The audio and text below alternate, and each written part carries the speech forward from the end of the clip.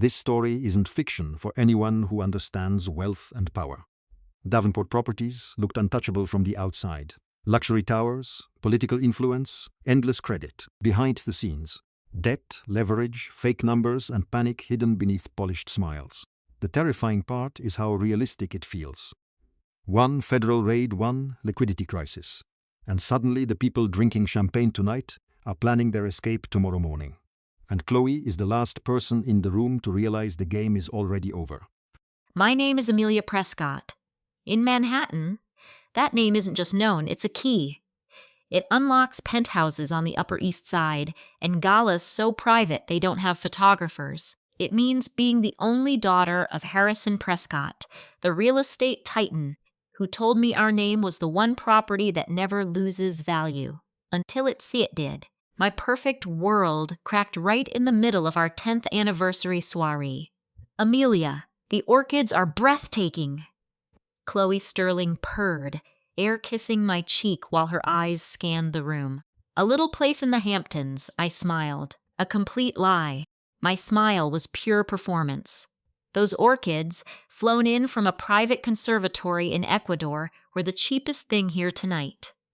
Our sprawling penthouse overlooked Central Park, a monument to our success. Champagne flowed from a custom ice bar, while a trio played something jazzy and quiet. Every window reflected the giants of finance. My husband, Marcus, stood by the terrace, his laugh echoing with the arrogance of a man who just launched another game-changing fintech app. He caught my eye, gave me that quick, roguish grin. My heart did that stupid little flip it always did for him. Marcus Thorne, the celebrated fintech genius with a smile that could disarm regulators and investors, was the perfect man for the Prescott empire. Or so I thought. I went to adjust the music on our shared tablet, and that's when I saw it. An email notification from an unknown lawyer sent to Marcus's private account but synced to this device. I almost swiped it away, but the subject line stopped me cold. Final draft M, Thorne exit strategy. A sudden chill that primal instinct old money teaches you is just paranoia. Excuse me, Chloe. I stepped onto the terrace, the city lights a blur. I had to open it. My finger trembled as I opened the attachment. It was a draft of a press release from Marcus S. Lawyer. The headline felt like a punch to the gut. Thorne Tech finalizes acquisition ahead of Prescott Group collapse. The memo was clinical. A house of cards. Leverage to the hilt. The banks were calling in their loans. The feds were sniffing around. My father was facing total financial ruin. Ruin. We didn't use that word. It was for other people, not for legends like my dad. It's a lie, I whispered. The portfolio is stronger than ever. The last line of the lawyer's memo felt like a direct reply. All recent Prescott profit reports are believed to be fabricated. The words on the screen swam together, grossly overleveraged. Years of bad bets papered over with fraudulent accounting, and it was all gone. Everything.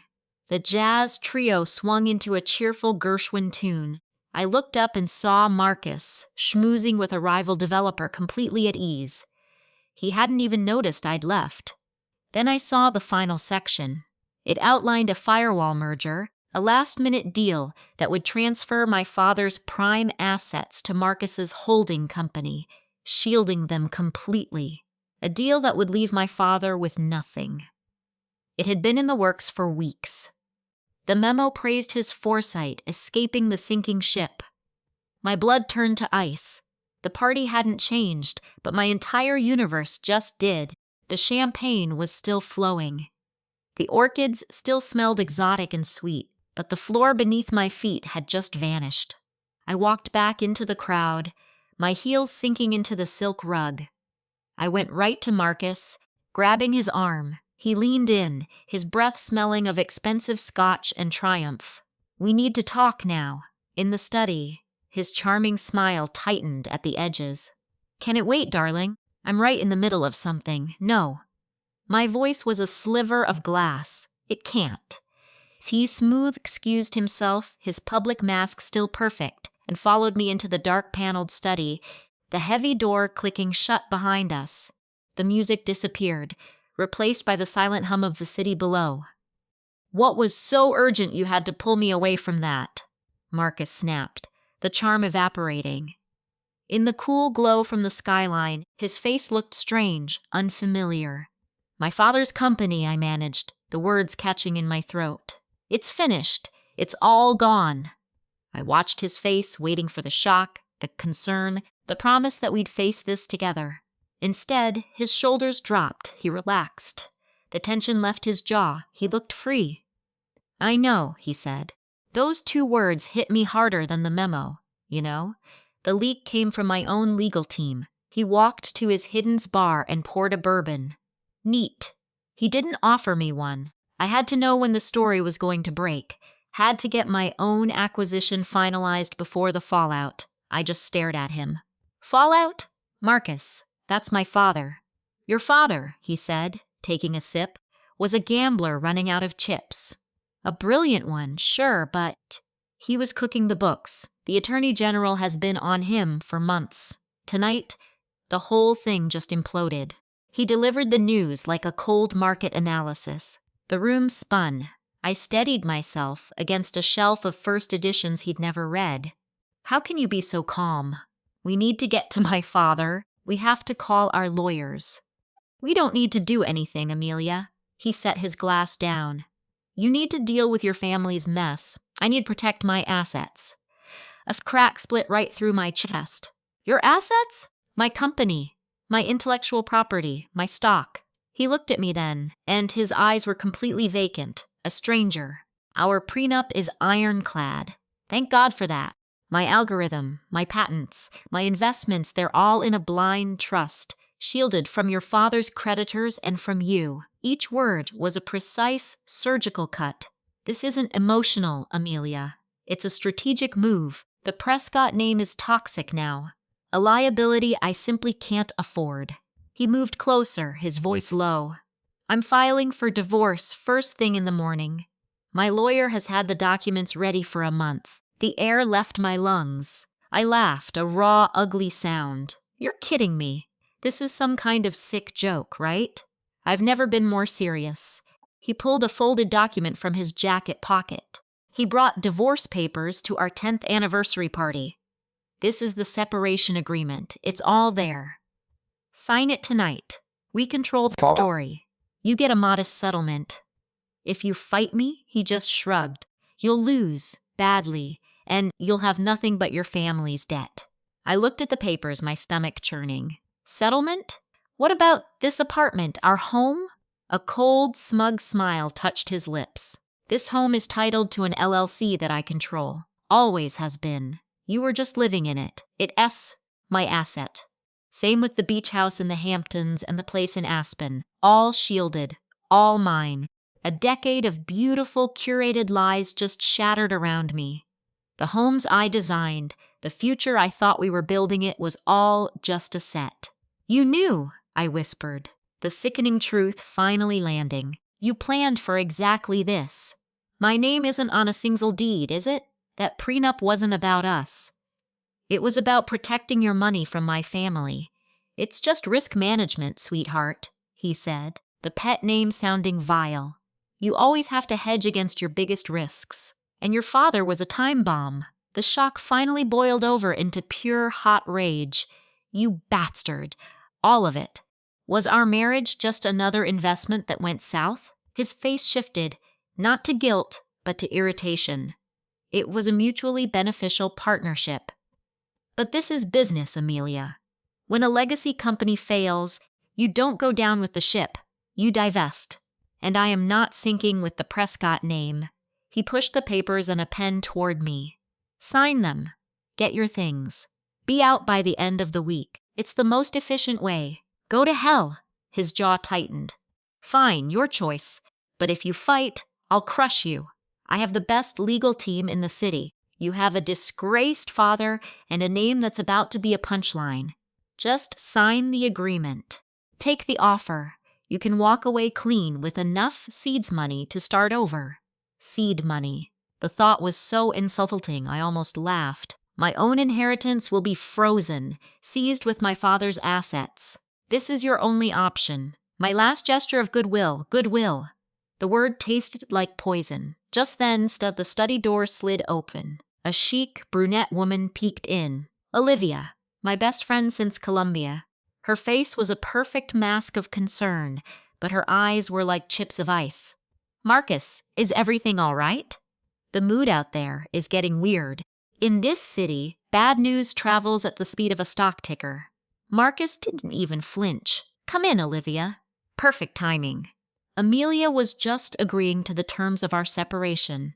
She slipped inside, closing the door behind her. She wouldn't meet my eyes. She went straight to Marcus's side, placing a hand on his arm in a gesture of pure ownership. The final piece of the nightmare slotted into place. You, I whispered, looking between them. The two of you. Olivia actually had the nerve to look sympathetic. Amelia, it's just a realignment. Marcus and I have a synergy. Our world can't afford nostalgia. How long? My voice was barely audible. Marcus answered for her. Long enough. Did it matter? God, it mattered. Because every late-night design session, every Hamptons weekend, every secret we'd shared was now a lie.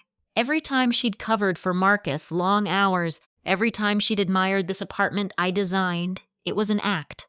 Get out, I said, my voice shaking, trying to hold on to some dignity. Both of you, get out of my home. My home, Marcus corrected, his voice dangerously quiet. He slid the papers across his desk. My lawyer gets here at 9 a.m. I suggest you be pragmatic. He took Olivia's hand, and led her out, back to the wreckage of the party, my marriage, my entire world. I stood alone inside the silent, glass-walled penthouse overlooking the bay. I heard the party die down, the goodbyes become rushed. The music was cut.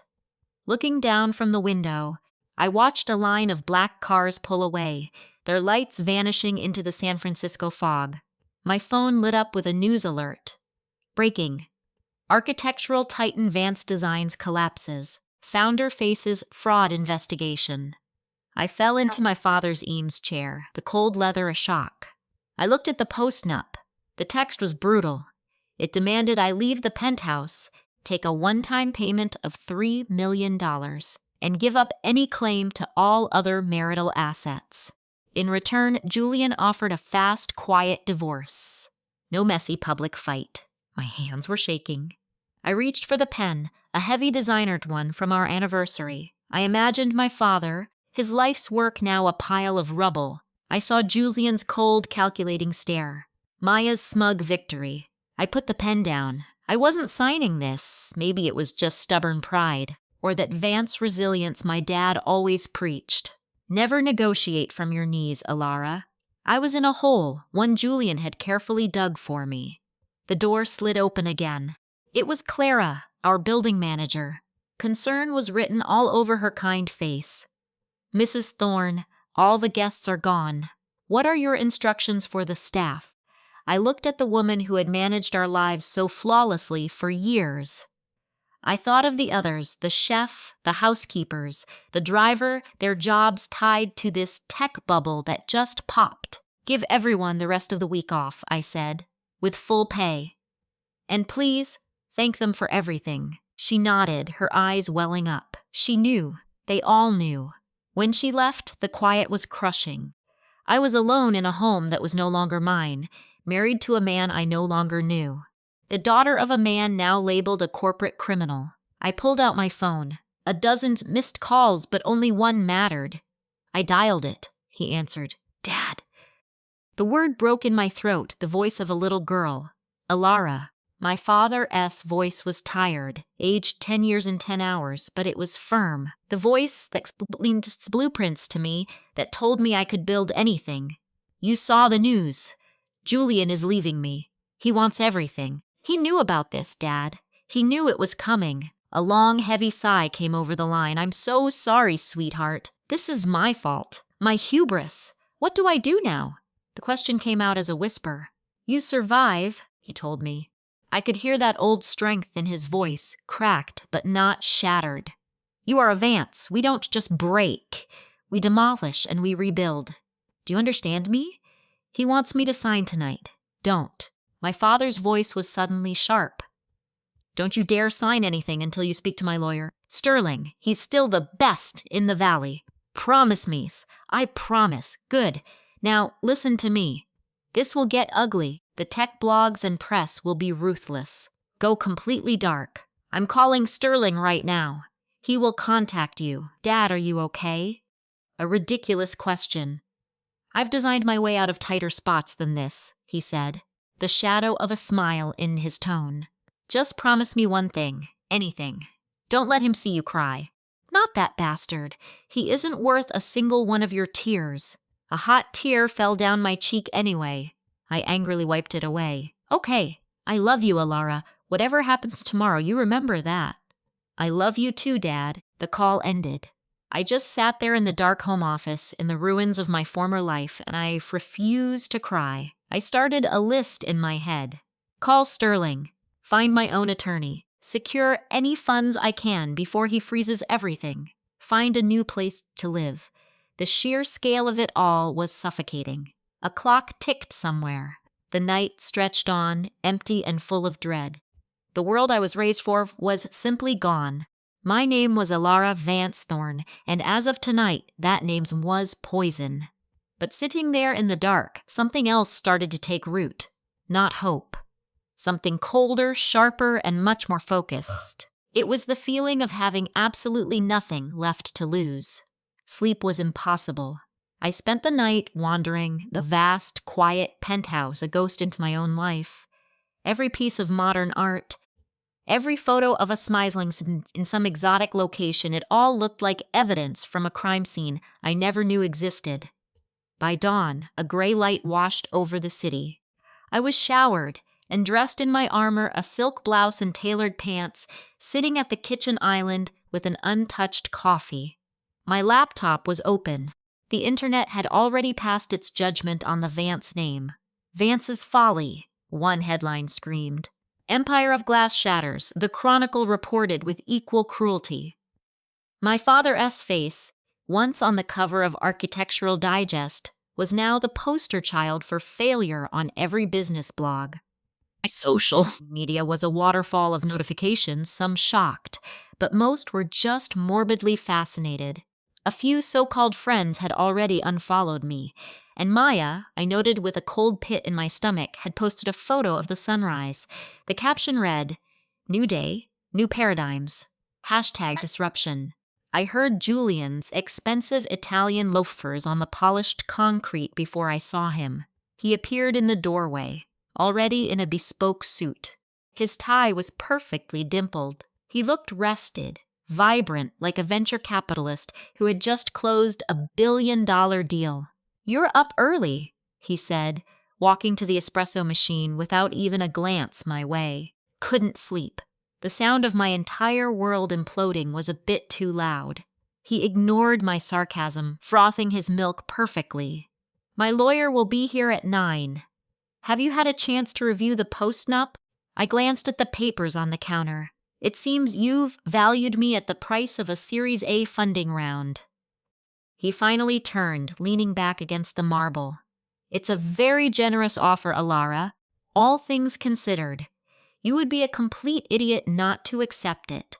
If you fight me on this, you will burn through that $3 million in legal fees within a year, and you will still lose. I have everything documented. The post-nup is airtight. Your father's scandal makes any claim you have on my assets completely toxic. It's over, Alara. Sign the papers. Take the money and start over somewhere else. Maybe Austin. The condescending pity in his voice was like a physical blow. I'm not moving to Austin, Julian. This is my city. San Francisco is my home. Not for long. His voice was quiet but absolute.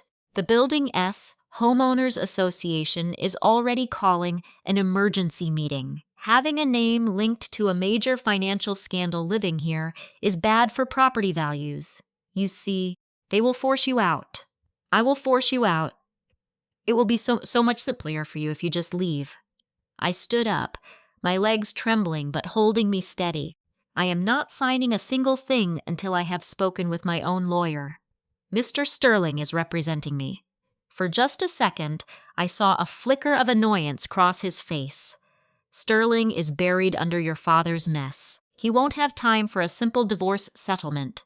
And frankly, his reputation is just as toxic as yours now. You're better off with some cut-rate online firm." He glanced at his watch. "I have to go. The markets are going to be a bloodbath today. So many opportunities." He said it with the grin of a shark. He was going to get rich off of my family's destruction. Of course he was. You knew, didn't you? The question hung in the air, thick and bitter. You knew my father's firm was in trouble long before last night, maybe for months. He set his coffee cup down with chilling composure. "I'm in the business of knowing things, Alara. That's what I do. I saw the fatal flaws in Vance's designs a year ago. I simply positioned myself accordingly. Positioned yourself." The words tasted like ash. "By marrying the founder's daughter? Was our entire life just another investment for you?" He didn't have to answer. The truth was there in the cold, empty space where his love should have been. "And Maya," I pressed on, my voice shaking. "Was she part of the exit strategy too? Your next acquisition?" A private server keycard. For a moment, his perfect tech mogul calm shattered, revealing raw fury. "Leave Maya out of this. This is about the company. It's just business. This was my life." The words felt small in the massive, sterile living room. My father, my marriage, our baby. This wasn't a line item on a spreadsheet. This was everything.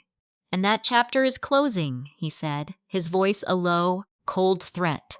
"Sign the post-nup, Alara.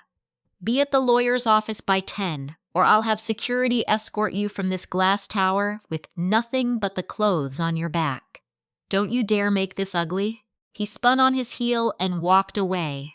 I heard the whisper of the private elevator doors. He was gone. The silence he left behind was a physical weight pressing down on me. I felt like I couldn't breathe. I had to do something, anything. I couldn't just sit in this gilded cage, waiting for the axe to fall. My first call was to our family lawyer, Mr. Sterling. It went straight to a full voicemail box. I tried his emergency number. A cool assistant informed me Mr. Sterling was in an unscheduled hearing and would be unavailable for the entire day. A cold, sharp dread started to bloom in my stomach. I was completely, utterly on my own. No, not quite. I grabbed an old backpack and stuffed in some emergency cash, my passport, my mother's pearls, and my tablet.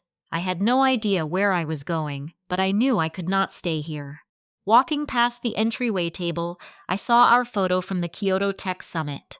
My smile was so naive, so full of hope. His was triumphant, the look of a predator that had just trapped its prey. I pulled the picture from its stark metal frame, tore it cleanly in two, and threw his smug face in the trash. The Vance family estate was a modern marvel of glass, and redwood nestled in Napa Valley. It was my father's masterpiece. I learned to walk on its heated stone floors. I had my 16th birthday party beside its infinity pool. It was the one piece of my life I thought was safe, locked away in a family trust. The black SUV with tinted windows parked at the main gate was the first sign that I was wrong. The first sign was the federal agent standing guard. The second was the official notice taped to the glass door of our penthouse. A seizure warrant. This property is now under federal jurisdiction. I just stood there on the polished marble floor of the lobby, the chilly Chicago air feeling like a slap, staring at the seal. They moved fast. The government was not playing games. My family's home was now a crime scene. I fumbled in my purse for my key card. The heavy, bespoke card felt alien in my hand now. I tapped it against the elevator sensor. Nothing. The light stayed red. They'd already deactivated all access. "Mom, you can go up." A man in a dark blue blazer stepped out from an alcove. He seemed young, almost apologetic, but his gaze was firm. "This is my home," I said, my voice barely a whisper. "I'm sorry, ma'am, but the residence has been sealed by federal order. Access is restricted to authorized personnel from the Bureau. He gestured subtly toward a black sedan parked across the street. They have the building under surveillance. I stared at the car, feeling trapped by unseen eyes. My father, Edward Chandler, is he up there? The agent's professional demeanor cracked, showing a hint of sympathy. No, ma'am. He hasn't been here since very early this morning. A team came and escorted him downtown for questioning. We haven't seen him since. My legs felt like they were about to buckle. They had him. My father, who taught me chess and collected antique maps, was in some sterile interrogation room.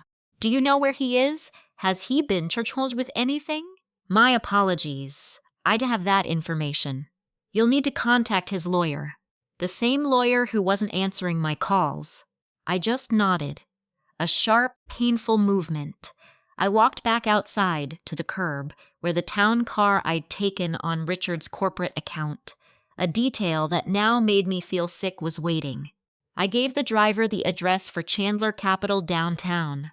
The skyscraper, a gleaming testament to my father's ambition, was under siege. News trucks choked the street, their satellite dishes pointed at the tower like artillery. A mob of reporters and camera operators were held back by temporary police barricades. A few protesters, with angry, spray-painted signs, were shouting at the entrance. I slid on a pair of dark sunglasses, kept my head down, and told the driver to take me to the service entrance in the back alley. The head of security there, Hector, recognized me instantly. He'd worked for my father for over 30 years. He used to sneak me fancy chocolates from the executive lounge when I visited as a kid. Today, his face was etched with worry. Miss Chandler, this is not a good place for you to be. Hector, I have to get to my father's office. Please. He hesitated, glancing nervously at the chaos erupting out front. It's a complete circus. The feds are everywhere, taking everything. They re-gutting the place. It's just not right what's happening to your dad. Please, Hector. He let out a long, defeated breath and nodded once. He keyed me into the service elevator. Go straight to the top floor. But you have to be fast. They've got agents on every level. The elevator doors slid open on the 70th floor. The normal, intense energy of the trading floor was gone. In its place was a silent, methodical raid. Men and women in plain, functional suits, FBI, were wheeling out carts stacked high with hard drives and boxes of files. They were dismantling server racks, unplugging terminals, and sealing entire offices with yellow evidence tape. The massive bronze bull statue in the lobby was gone, leaving a sad, empty space on the marble floor. The few employees still here were huddled in stunned, quiet groups, whispering. I walked like I was in a nightmare toward the corner office, my father's inner sanctum. The large oak door was propped open. 2 agents were inside. One was taking pictures of every surface, while the other was carefully boxing up the rare books from my father's personal library. You can't be in here, the one with the camera stated, his voice more tired than hostile. I am his daughter. The 2 agents shared a quick, unreadable glance. The older one, a man with weary eyes and a slumped posture, gave a slight nod. You have 60 seconds. But you don't touch a single thing. I stepped into the room. It felt desecrated. The massive mahogany desk was completely bare. Its polished surface was coated with a fine gray powder for fingerprints. His leather chair was askew, like my father had been pulled from it in a hurry. I could almost feel the panic of his final moments here, the walls closing in.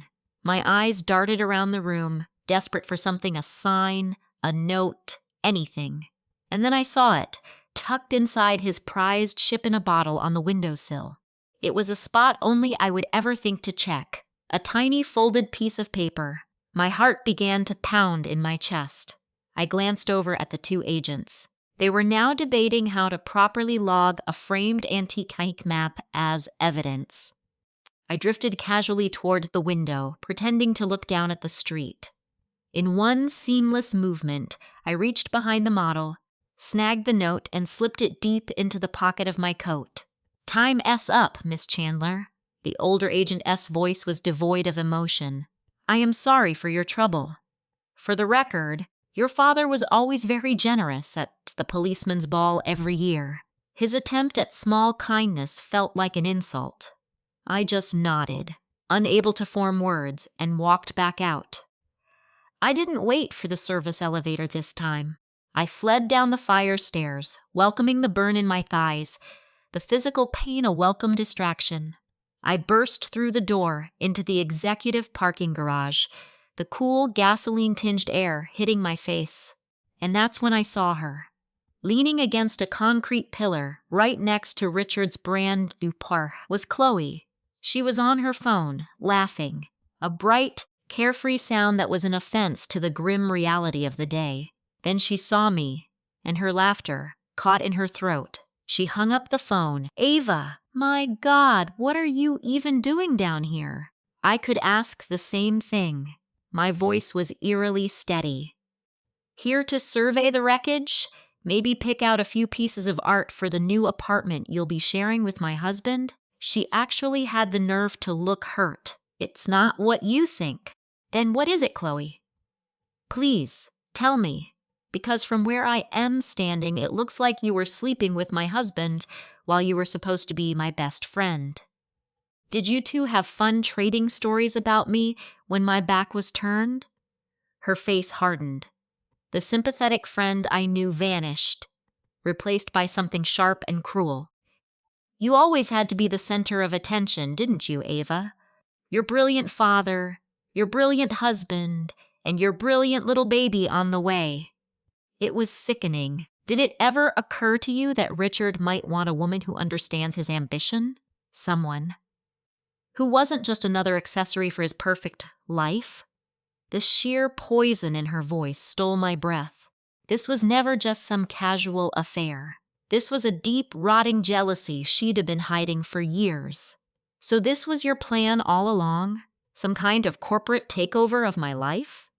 "It was always going to come to this." She shrugged, checking her flawless manicure. "Your whole life was built on a lie. Your father's empire, your marriage. It was just a pretty story you believed. Richard and I, we're the real deal. We understand how the world actually works. You see a chance to trade up," I snapped back. "You were always so pathologically jealous. Of my family, of our money, of him. You couldn't just be happy for me. Happy for you?" She laughed, a short, nasty sound. "While you were playing wife and picking out baby furniture, some of us was out here actually working, fighting for our place. You were just given everything on a silver platter. Well, honey, the family fortune is gone. Welcome to the real world." Chloe's laugh echoed in the marble powder room. She was admiring a new diamond tennis bracelet on her wrist. "Oh, and Richard's big banking conference in Aspen's last month, I was there with him. The skiing was just incredible." She smirked, her breath a mix of champagne and triumph. "He's leaving you, Ava. It's done." I just stood there, a buzzing sound filling my ears. Aspen. He brought me back a souvenir snow globe. I was going to be sick. I braced myself against the cool marble wall, fighting for breath as the sheer weight of his betrayal crashed down on me. The envelope my father's assistant had pressed into my hand earlier felt like a lead weight in my purse. My hands trembled as I finally tore it open in the back of the town car. Inside, there was a single, old-fashioned brass key. It looked like it belonged to some forgotten vault, not a place in modern Chicago. There was no explanation, just the key. Then I noticed them two small letters engraved on its head. E.C. Edward Chandler, my father, and below them a number. 418. It meant nothing to me. A safety deposit box? A locker somewhere? My phone rang, displaying an unknown number.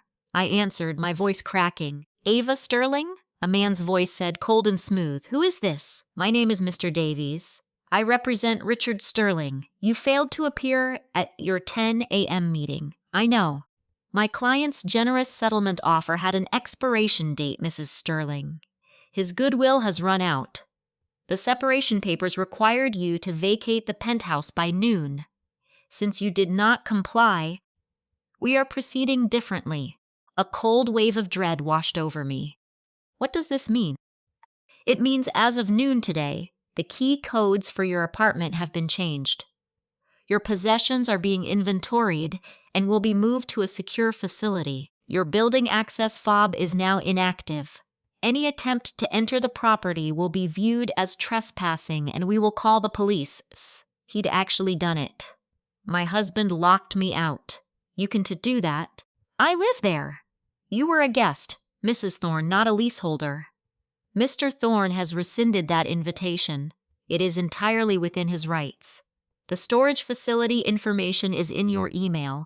You will have 1 month to retrieve your items before they are sold. I've also attached the divorce papers that were filed this morning. I'd recommend you find an attorney. Goodbye. The call ended.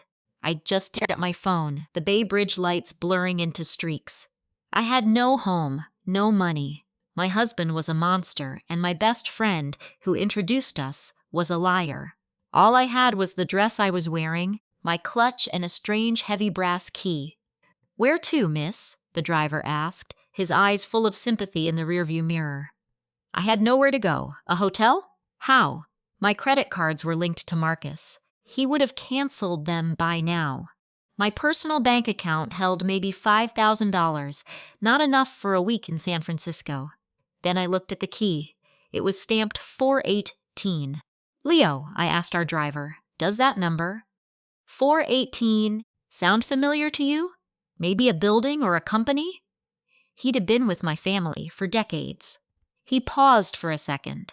Not a street address, but there is a very old private vault company in Pacific Heights. Extremely discreet. They call it the Legacy Trust. I believe they use account numbers for their clients. It's on Broadway. Want to take a look? It was a tiny flicker of hope. A lifeline. Yes, Leo. Please. Let's go to Broadway. The Legacy Trust was an unmarked granite building, sandwiched between 2 modern glass mansions. No sign, just a simple bronze plate next to a dark mahogany door. 418. My heart was slamming against my ribs. 418. I pressed the intercom button. A tiny camera lens swiveled and zoomed in on my face. "Yes?" a sharp voice asked through the speaker. "My name is Elena Vance. I have the key for account 418. There was a brief silence, then the door buzzed and clicked open. The air inside was still and cool, with the scent of old paper and wood polish. The foyer was empty except for a large mahogany desk.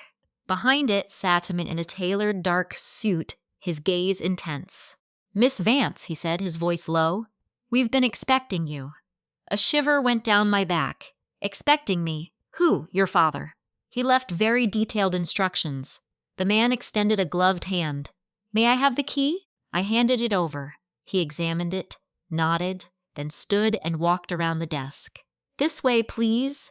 He led me down a quiet, carpeted corridor lined with identical brushed steel doors. 415, 416, we stopped at 418. He slid the key into the lock, turned it with a heavy thud, and pulled the thick door open. "You have 60 minutes, he stated. "The vault is soundproof. There is no surveillance. When you are finished, simply close the door.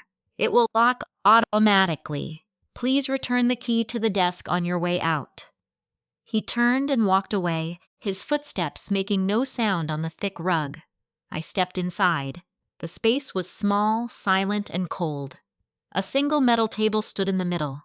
On its surface were 3 items: a thick file folder with my name written in my father's script, a small velvet pouch, and a slim, black satellite phone. My hands were shaking too much to even open the folder at first. It read, "My dearest Elena, if you're reading this, then things have gone more wrong than I ever imagined. And for my role in that, I am so incredibly sorry. I failed to protect you, a mistake I will take to my grave. First, you must know that I love you. Do not believe a word of what the media says. You have always been my greatest achievement. Second, you are in danger. Not physical danger, but the danger of being erased. Marcus Thorne is not who you think he is. Your relationship, your entire marriage, it was a strategic operation from day one. He was placed in your life by the Sterling Group to get close to you, to our research, to exploit a vulnerability. He is a predator, and I, like an old fool, led my most precious creation straight to him. This bankruptcy, some of it is legitimate. The financial losses are real, but it's also being used as a diversion, a controlled demolition.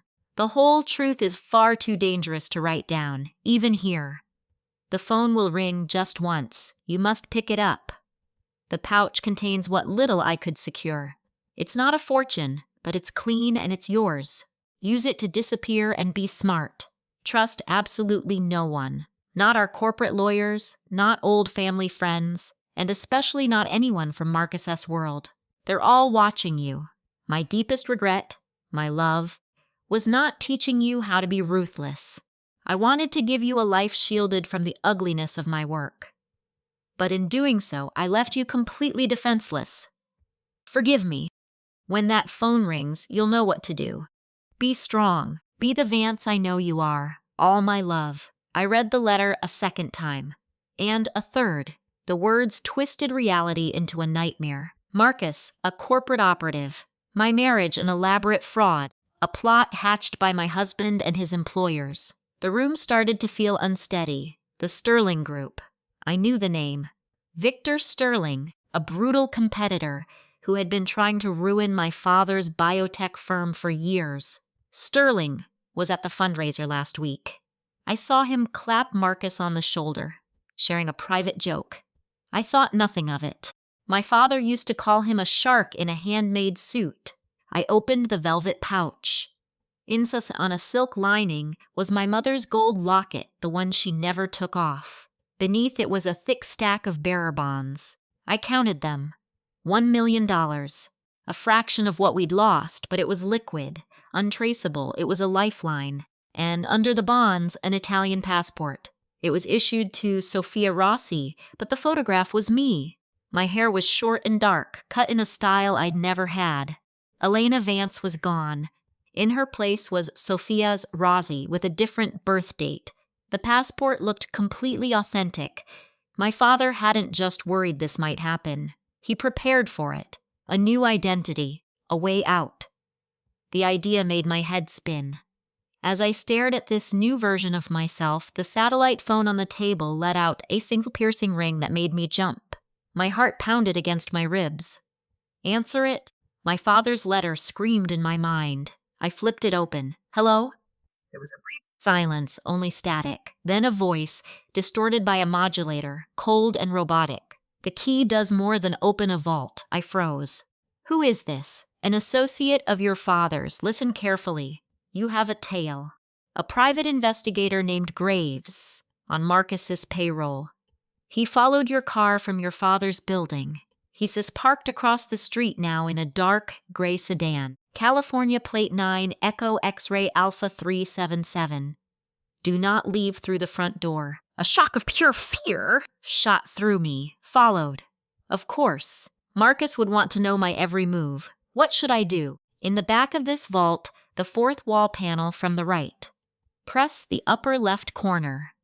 It opens into a utility corridor.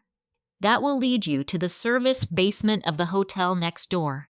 Exit through their back alley. A black sedan will be waiting. Get in. The driver's name is Jonases. He will take you somewhere secure. I'm not getting in a car with a complete stranger, I whispered, my voice shaking. Your alternative is to walk out that front door, directly into your husband S net. Graves' S instructions are to document everyone you meet, every place you go. Marcus will hunt you down until you have absolutely nothing left. Your father's emergency fund won't last long if Marcus learns that it exists. Trust has to start somewhere, Elena. Your father trusted me. That is all you need to know. The line clicked off. I stood there alone in the silent vault, the phone feeling like a lead weight. Panic was fighting with reason. This was crazy. Secret tunnels, disguised voices, safe houses. This was something from a spy thriller. This wasn't supposed to happen to women who grew up in Pacific Heights. But then again, women from Pacific Heights don't usually have their entire lives torched by a cheating husband and a disgraced father. I looked at my mother's locket, the $1 million in bonds, the fake passport. My father, whatever his faults, never did anything halfway. He planned for exactly this. He knew I was in real danger. My choice was made. I tucked the locket and bonds into the lining of my coat. I put the passport and satellite phone into my clutch. I folded my father's letter and put it in my pocket, needing to feel it close to me. I found the hidden panel on the wall. It was perfectly flush, impossible to see if you weren't looking for it. I pressed the upper right corner. With a soft hiss, a section of the wall receded inward, showing a dark, narrow passage that smelled of dust and old wiring. I took a final look around the vault, at the last remnants of my former life. Then, I stepped into the shadows. The panel slid shut behind me, sealing me in total darkness. A moment later, a dim emergency light flickered on above. I hurried down the corridor, my heels clicking loudly in the dead quiet. It ended at a heavy fire door. I pushed it open. I was in a vast, cluttered storage area that smelled of chlorine and diesel fuel. The low rumble of laundry machines vibrated through the floor. I navigated through rows of shelves toward a crack of light from an open loading bay door. I peeked out into the narrow service alley, and there, idling by the curb, was a black sedan. A large, serious-looking man in a dark suit was leaning against the car, watching the door. He saw me and gave a single, almost imperceptible nod. That had to be Jonas. I took a deep breath, held my clutch tightly, and ran toward the car. The back of the sedan smelled of new leather and mint. Jonas, the driver, was a man of very few words, with a hard face and watchful eyes. He didn't ask a single question, just met my gaze in the rearview mirror and said, "Seatbelt, miss." His voice was a low, steady baritone. We drove for what felt like hours. He took a dizzying route through San Francisco, over the Bay Bridge to the East Bay, through back streets in the Mission, then looping back downtown. He was making sure we weren't followed. The professional, almost cold way he handled the car was both scary and weirdly comforting. This wasn't some movie anymore. This was my life. We finally coasted into a private garage under a bland, modern condo building in the Precipice, not far from the university. It felt quiet, respectable, 1,000,000 miles away from the glass towers where I used to live. Leo led me to the 6th floor in a silent, key-carded elevator. He used a physical key to open apartment 6B. The place was small, perfectly clean, and had zero personality. Beige walls, a stiff but new-looking sofa, a tiny kitchen. It felt like a corporate stopover, furnished by a single company. There were no pictures, no art, nothing personal at all. Just a safe place, total anonymity. "Fridge is full," Leo said, his voice flat in the empty room. "Bedroom's that way. New linens on the bed. This spot is a ghost. It has no paper trail leading to you, your father, or anyone. Paid for with cash. Here, you're a nobody." He set a new, basic cell phone on the kitchen counter. "This is clean. My number is the only one saved. Emergency use only. Don't call anyone from your old life. Not yet. How long do I need to stay here?" My voice felt tiny in the sterile room. "Till it's over. Or until you take that passport and vanish for good." He looked at me, his eyes a strange mix of sympathy and resolve. "Your father, he wanted you to have a choice. A real chance to get out, those bonds, that new identity, that's your ticket. Canada, New Zealand, anywhere. You could be Sarah Cole by tomorrow, live a normal life, completely off the grid. And what if I don't want to run away?" A faint smile touched his lips. "Then you fight. But you have to know, the people you're going up against play dirty. They've already taken your money, your home, your name. They will take everything else if you let them. Sometimes the best revenge is just living well, even if it's somewhere else quietly. I'm not the quietly type, I replied. The strength in my own voice surprised me. Didn't figure you were, Leo grunted. I'll be in touch. Don't leave the apartment. Don't order any food to this place. There's a laptop on the table. It's secure. You can read the news, but do not log into any of your personal accounts. They'll be watching for it. They? Your husband, his lawyers, Croft Holdings, maybe the FBI. Who knows? He walked to the door. Get some sleep. You look terrible. And just like that, he left. The deadbolt clicked into place. I was alone. Completely and utterly alone for the first time since my world fell apart. The silence was deafening. I collapsed onto the sofa. The adrenaline that had fueled me for days was gone, leaving a deep, empty ache. I was a fugitive in my own hometown. I had a fortune in bearer bonds and a fake passport in my purse. A gruff stranger was my only lifeline, and my husband wanted me destroyed. The burner phone felt like a brick in my pocket. I pulled it out, along with my father's note, and read his last words one more time. The truth is more layered. What on earth did that mean? A controlled demolition. Was he saying the bankruptcy wasn't exactly what it looked like, or was that just wishful thinking? I needed a lawyer. I needed a killer. Someone who could actually stand up to Julian's army of corporate sharks. But how could I even pay for that? The bonds were my escape plan. Using them for a legal battle against a private equity billionaire felt like trying to fight a wildfire with a squirt gun.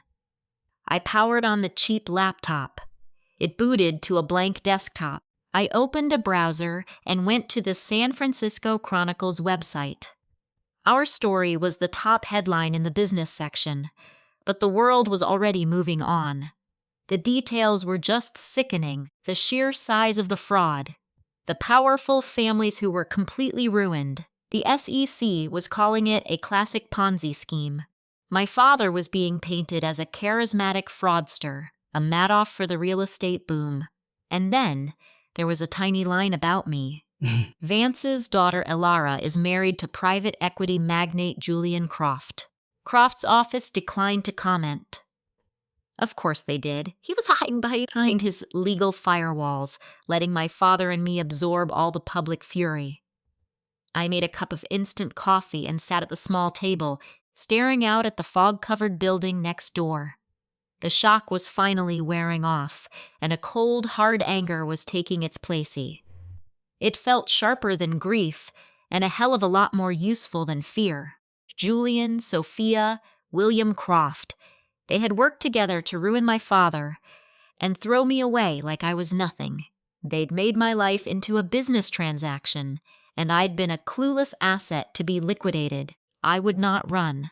I couldn't. Running meant they would win. It would mean that everything my father built, whatever its flaws, was gone forever. It meant Julian and Sophia would get to live in my house, spend my family's money, and laugh about the naive girl they broke so easily. No, I opened a new document. At the top, I typed 2 words, the plan. Julian's courtship was a strategic move by Croft Holdings to destroy Vance Enterprises. Sophia was in on it from the start. My father figured it out, and he built me an escape route. This bankruptcy is not what it seems, a controlled demolition. I stared at the words I'd typed. The list was pathetically short. It was all just guesswork and theory, the desperate scribblings of a woman clinging to a single, cryptic note from her father. I had no evidence, nothing a court would ever look at. I needed proof, and I needed to find out what really happened to my father. I picked up the clean phone Leo had left for me. I dialed the only contact listed. He answered on the first ring. Yeah, it's Elara. I need 2 things from you. There was a brief pause on the line. Go ahead. First, I need you to find my dad. Is my father in custody? Or is he out? What's his legal status? He posted bail an hour ago. $15 million backed by the last of an offshore account. He's at the Fairmont under an assumed name. The feds have his passport, and he's cooperating for now. A wave of relief washed over me, so strong it hurt. He was out. He was safe, for the moment. Can I go see him? Terrible idea. That hotel is crawling with federal agents and others. A meeting would paint a target on you both. Use the phone he gave you. That line is secure. Okay, I said, a new idea taking shape. I need everything you can find on William Croft. His financials, his business partners, and especially his connection to my father, Robert Vance. I need to know if he knew my father's company was going under, and if he made money from it. I need a paper trail. Leo was quiet for a long moment. You're asking for something very complicated and very dangerous. Guys like Croft, they bury their secrets under layers of shell corporations and offshore banks. It's expensive to uncover, and it's not what your father wanted for you. He wanted you safe, far away from this mess.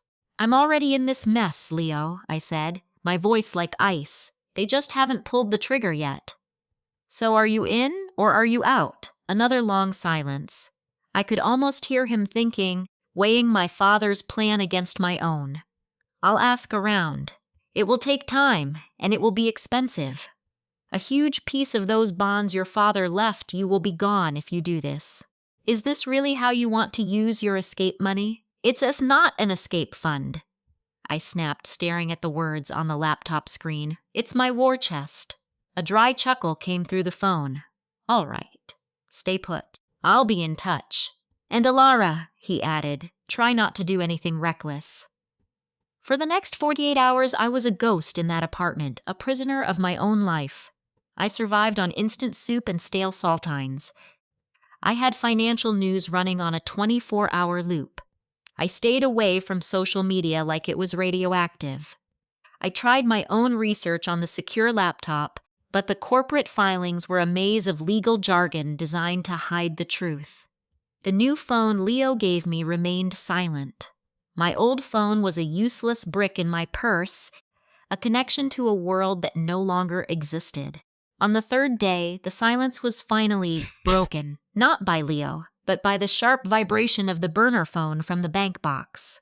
I grabbed it. Hello? It was the same robotic, digitally altered voice. Your father needs to talk to you. It's not safe for him to call your number. Go to the Day Young Museum, the JFK Drive entrance. Be in the Contemporary Art Gallery, near the Diebenkorn painting, at 2:05 p.m. exactly. He will find you. You have a 30-second window. Don't be early. Don't be late. Is he okay? He's managing. The situation is constantly changing. Be very, very careful. It is likely you are still being followed. The line went dead. I looked at the time. It was 11 a.m. That gave me just over 3 hours. I showered and put on the same clothes I'd been wearing for days. It was all I had with me. I glanced in the mirror. My face was pale, with dark circles under my eyes, but my jaw was set. I saw a new kind of hardness there, something I didn't even recognize. Good. I took $500 in cash from the bond money, a huge risk, but I had no choice and slipped out of the apartment. I walked for 10 blocks in the opposite direction, then ducked into a Walgreens and bought a cheap Giant's cap and a pair of oversized sunglasses. I took the Muni downtown, switching trains twice, just in case. I came up into Golden Gate Park, my heart pounding. I melted into the lunch hour tourists walking towards the museum. At 2:04 p.m., I stepped into the cool, quiet space of the main hall. It felt like a temple, silent and vast. Afternoon sun streamed through the huge windows. I walked toward the Art of the Americas wing, my footsteps silent on the polished stone floors. The bench he described was empty. I sat on the cool wood, facing away from the gallery, toward the vivid colors of an old painting. My watch ticked past 2:05. A man in a custodian's uniform sat on a bench near mine, separated by a low barrier. He never once looked my way, his cap pulled down low. He smelled like cleaning supplies and old dust, but I recognized the set of his shoulders, the way he carried himself. Dad, I breathed, the word barely a sound. Don't look at me, he whispered, his voice raspy and exhausted. He pretended to wipe down the bench. Just listen. We don't have much time. Are you okay? Where have you been? I'm safe. For the moment. The bail was a show. Just a way to make them think I'm cooperating. But Elena, listen. This is important. Julian is far more dangerous than you realize. He wasn't just my father's chosen successor. He was a silent partner. He fed my father fake intelligence, nudging him into the moves that would crash Sterling Dynamics exactly how he planned. He shorted our company's stock through offshore accounts. He built a fortune on our family's ruin. Hearing him say it out loud felt like getting hit, even though I'd already suspected it. I'm not signing those divorce papers, I whispered, my voice sharp. I won't let him win. Good girl. But you have to be smart. He's about to get much more aggressive. He wants you gone, discredited and out of the picture. You're a problem he needs to solve. The cash and passport I gave you are your exit strategy. Please use it. Go to Zurich. The key I gave you. The key? The one for the deposit box? With the letter and the cash? No, he said, his voice suddenly urgent. That key is a symbol. It's for the main vault at Valmont Private Bank in Zurich. Your code is 774. The bonds and passport are just for emergencies. The real wealth, everything I managed to save, is in there. It's enough for you to live on for the rest of your life. Far, far away from all this. A private Swiss bank account. A secret family fortune. It sounded like something out of a movie. How much? I asked, my head spinning. Enough so you never have to think about Julian Croft again for as long as you live. But you need to leave now. Today. Leo can drive you to the airport. You have the new passport. Use it. What about you? I asked, my eyes stinging with angry, frustrated tears. You want me to just run away while you face this all by yourself? Go to prison? I made this bed, Elena. I got greedy and took shortcuts. I really thought I was smarter than all of them. This is me facing my own music. But you weren't involved in any of it. I will not let my mistakes destroy your life too. Please, Elena, do it for me. Go to Zurich. I pictured Julian's smug face, Sophia's mocking laugh in that garage, and a future spent looking over my shoulder. No, Dad. I'm not running away. He ruined my life. He tore our family apart. And I'm going to take back every single thing he stole from us. My father was silent for a long moment. When he finally spoke, his voice was heavy with some emotion I couldn't identify. Pride, maybe. Or pure terror. Then you're going to need a weapon. My father, Arthur Sterling, he's the key. He's old-fashioned. He keeps hard copies of everything important. He doesn't trust anything digital. His townhouse on Beacon Hill has a study with a locked desk drawer. If proof of his deal with Julian exists anywhere, it's in there. But that house is like a fortress, and my father is a completely ruthless man. He isn't like Julian. Julian is a viper. My father is a lion. He will destroy you if he even thinks you're a threat. Then I'll have to be more clever, I said, a crazy, reckless idea starting to form. How do I get inside? You can't. It's totally impossible. I never should have mentioned it. His voice became frantic. My time is up. They're giving me the signal. Remember, Zurich is the key. That's your escape route. Your only safe option. I love you, sweetheart. Be very careful. He got up, stuffing a cleaning cloth in his back pocket. He walked away without a single glance back. His shoulders were stooped, just another janitor disappearing into the art gallery. I sat there for what felt like an eternity, the faint smell of ammonia in the air. Zurich was safety. Maybe a gilded cage, but a safe one. Staying meant I was declaring war. A war I had absolutely no idea how to fight. My cheap burner phone buzzed in my purse, and I almost jumped. I pulled it out. It was Leo. Yeah, we've got a problem, Leo said. His voice quiet and serious. It's your husband.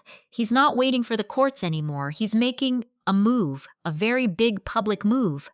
What are you talking about? Open your laptop, he said. Any news website will work. I left the museum, found a quiet bench in a nearby park, and flipped open my laptop, connecting to the free Wi-Fi. I clicked on the first live news stream I saw, and there he was, Julian, standing on the steps in Copley Square, looking devastated, fancy and serious in a navy suit.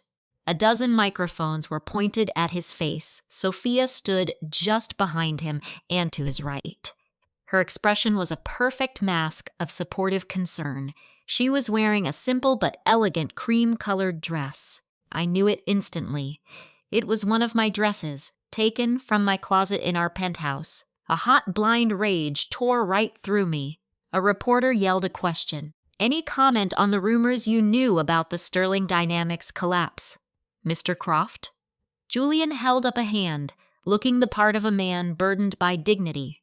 I can't comment on any ongoing investigation, only to say that I, like all the other investors in Sterling Dynamics, am a victim of a massive fraud.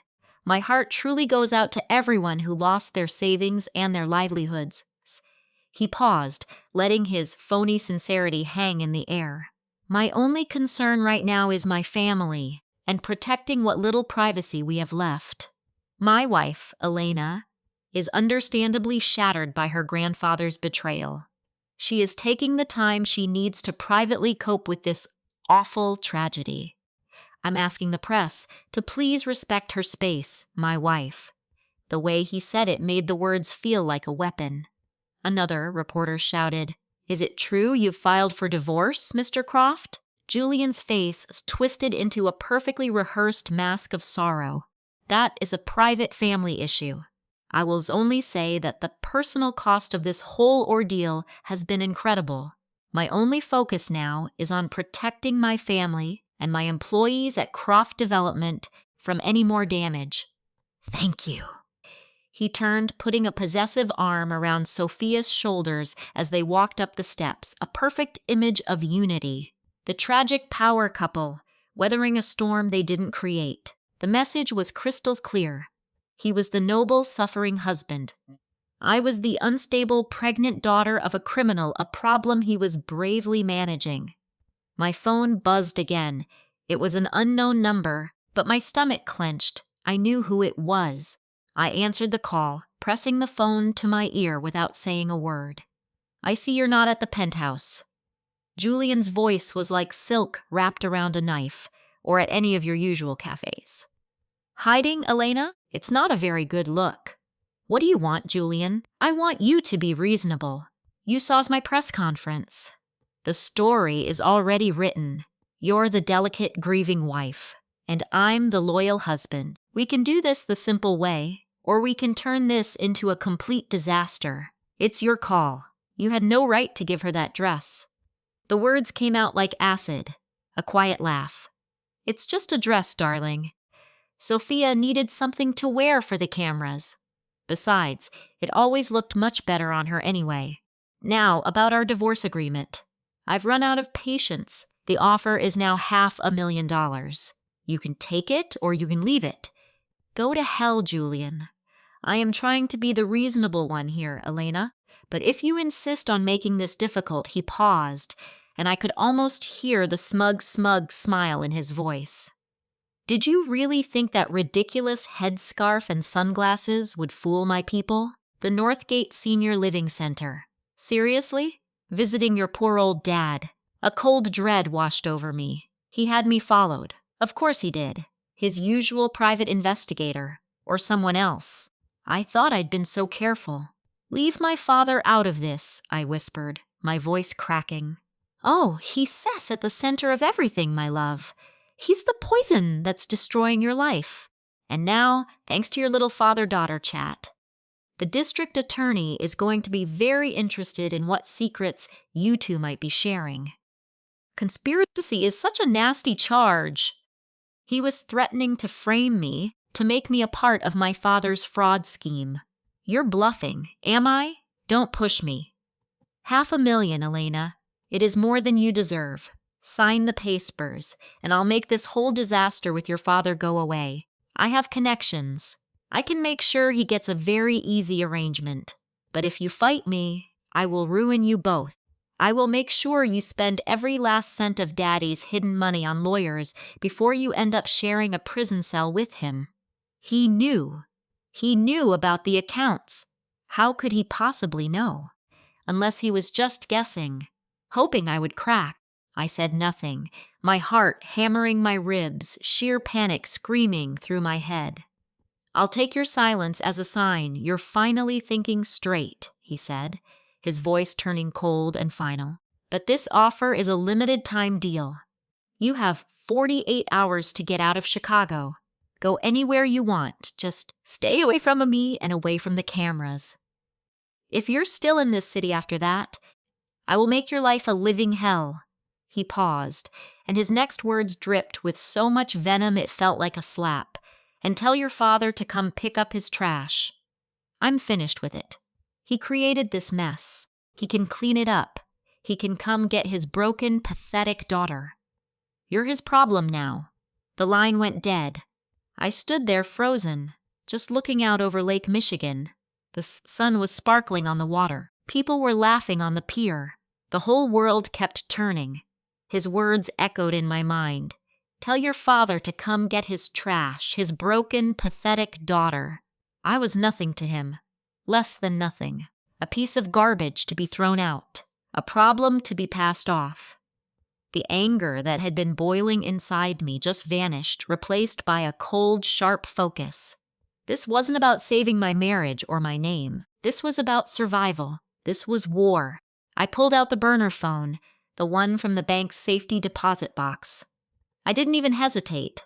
I dialed the only number saved in it. A voice answered on the first ring. It was distorted and silent. "I'm not going to Geneva," I said, my own voice steady, cold as ice. "Tell my father the escape plan is off. Tell him I need a completely different kind of favor now." I hung up. I looked at the old brass key in my hand, the one that promised a quiet getaway. Then I slid it back into my coat pocket. It wasn't a key to an escape. It was a key to a war, and I was just getting started. The clarity from Ethan's call was like a drug. Fear was a luxury I couldn't afford anymore. And feeling sorry for myself was a trap. I had been reduced to a piece of trash he wanted to throw away. And in that awful, ugly moment, I found a weird kind of freedom. I had nothing left to lose but the fight itself. I didn't go back to the hotel. If Ethan knew about the hotel was a risk. I walked south, my mind racing through options like a thief planning a job. My father's warning echoed in my head. "They'll be watching you." His rival was a wolf, but Ethan was the snake. And the snake was in my home. I needed a new base of operations, somewhere he would never think to look. An idea started to form, a crazy and probably reckless one. I used cash to buy a prepaid debit card at a drugstore. In a small tech shop, I bought a cheap tablet and a tiny flash drive. At a thrift store, I found black jeans, a dark hoodie, and some worn-out sneakers my new city camouflage. I changed in the bathroom of a diner, shoving my designer clothes into the trash can. I looked like any other student, totally anonymous. Then I went to the one place Ethan had legally barred me from forever, our old apartment. It was in a grim brick building in a forgotten neighborhood. The doorman barely looked up from his phone as he took the letter my lawyer had sent. He pointed me toward apartment 4C. The place was a small, dusty box. Inside, stacked with a chilling lack of care, were the pieces of my old life. My clothes were crammed into black garbage bags, my heels in a tangled mess. Photo albums, my grandmother's china, my data science textbooks, my running gear. It was a graveyard for the person I used to be. Ethan hadn't just thrown me out. He'd tried to erase me. My whole life stuffed into a few 100 square feet of rented space. I didn't have time to feel sad. I started digging, not for memories, but for ammunition. In a box labeled Old Office, I found my old laptop. It was password protected, and he'd probably wiped it, but it was a start. I took it. In another box, I found a small fireproof case where I kept our important papers. The key was on my old set of keys, which Ethan now had. I used a crowbar from a toolkit, also tossed in a box, to pry the lock open. My old passport, useless. My birth certificate, my diploma from MIT, and at the bottom, a small metal case. Inside wasn't jewelry, but a sleek flash drive, my drive. In our first year of marriage, full of hope and a silly belief in being partners, I'd helped Ethan set up his company's security. I was the tech expert, with my background in data science. I'd suggested backing up all critical files, contracts, patents, financial records onto a secure, encrypted drive, just as a precaution. He'd laughed and called me paranoid, but he'd let me do it. As long as you hold the key, my love, he'd said, kissing my head. I designed the encryption myself.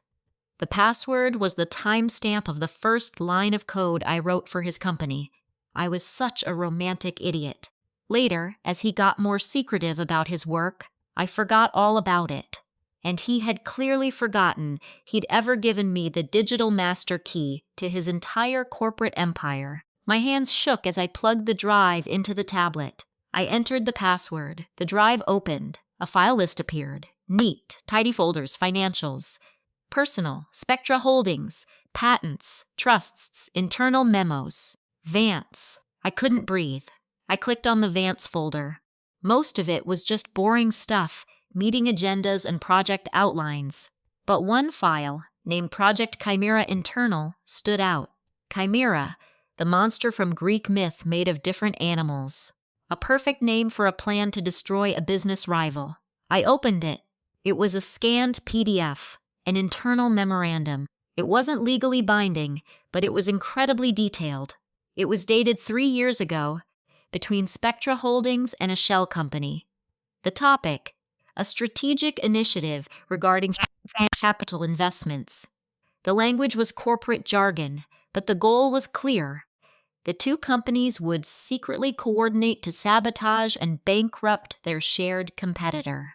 It laid out a plan for using predictive data analytics to manipulate the market and trigger a hostile takeover.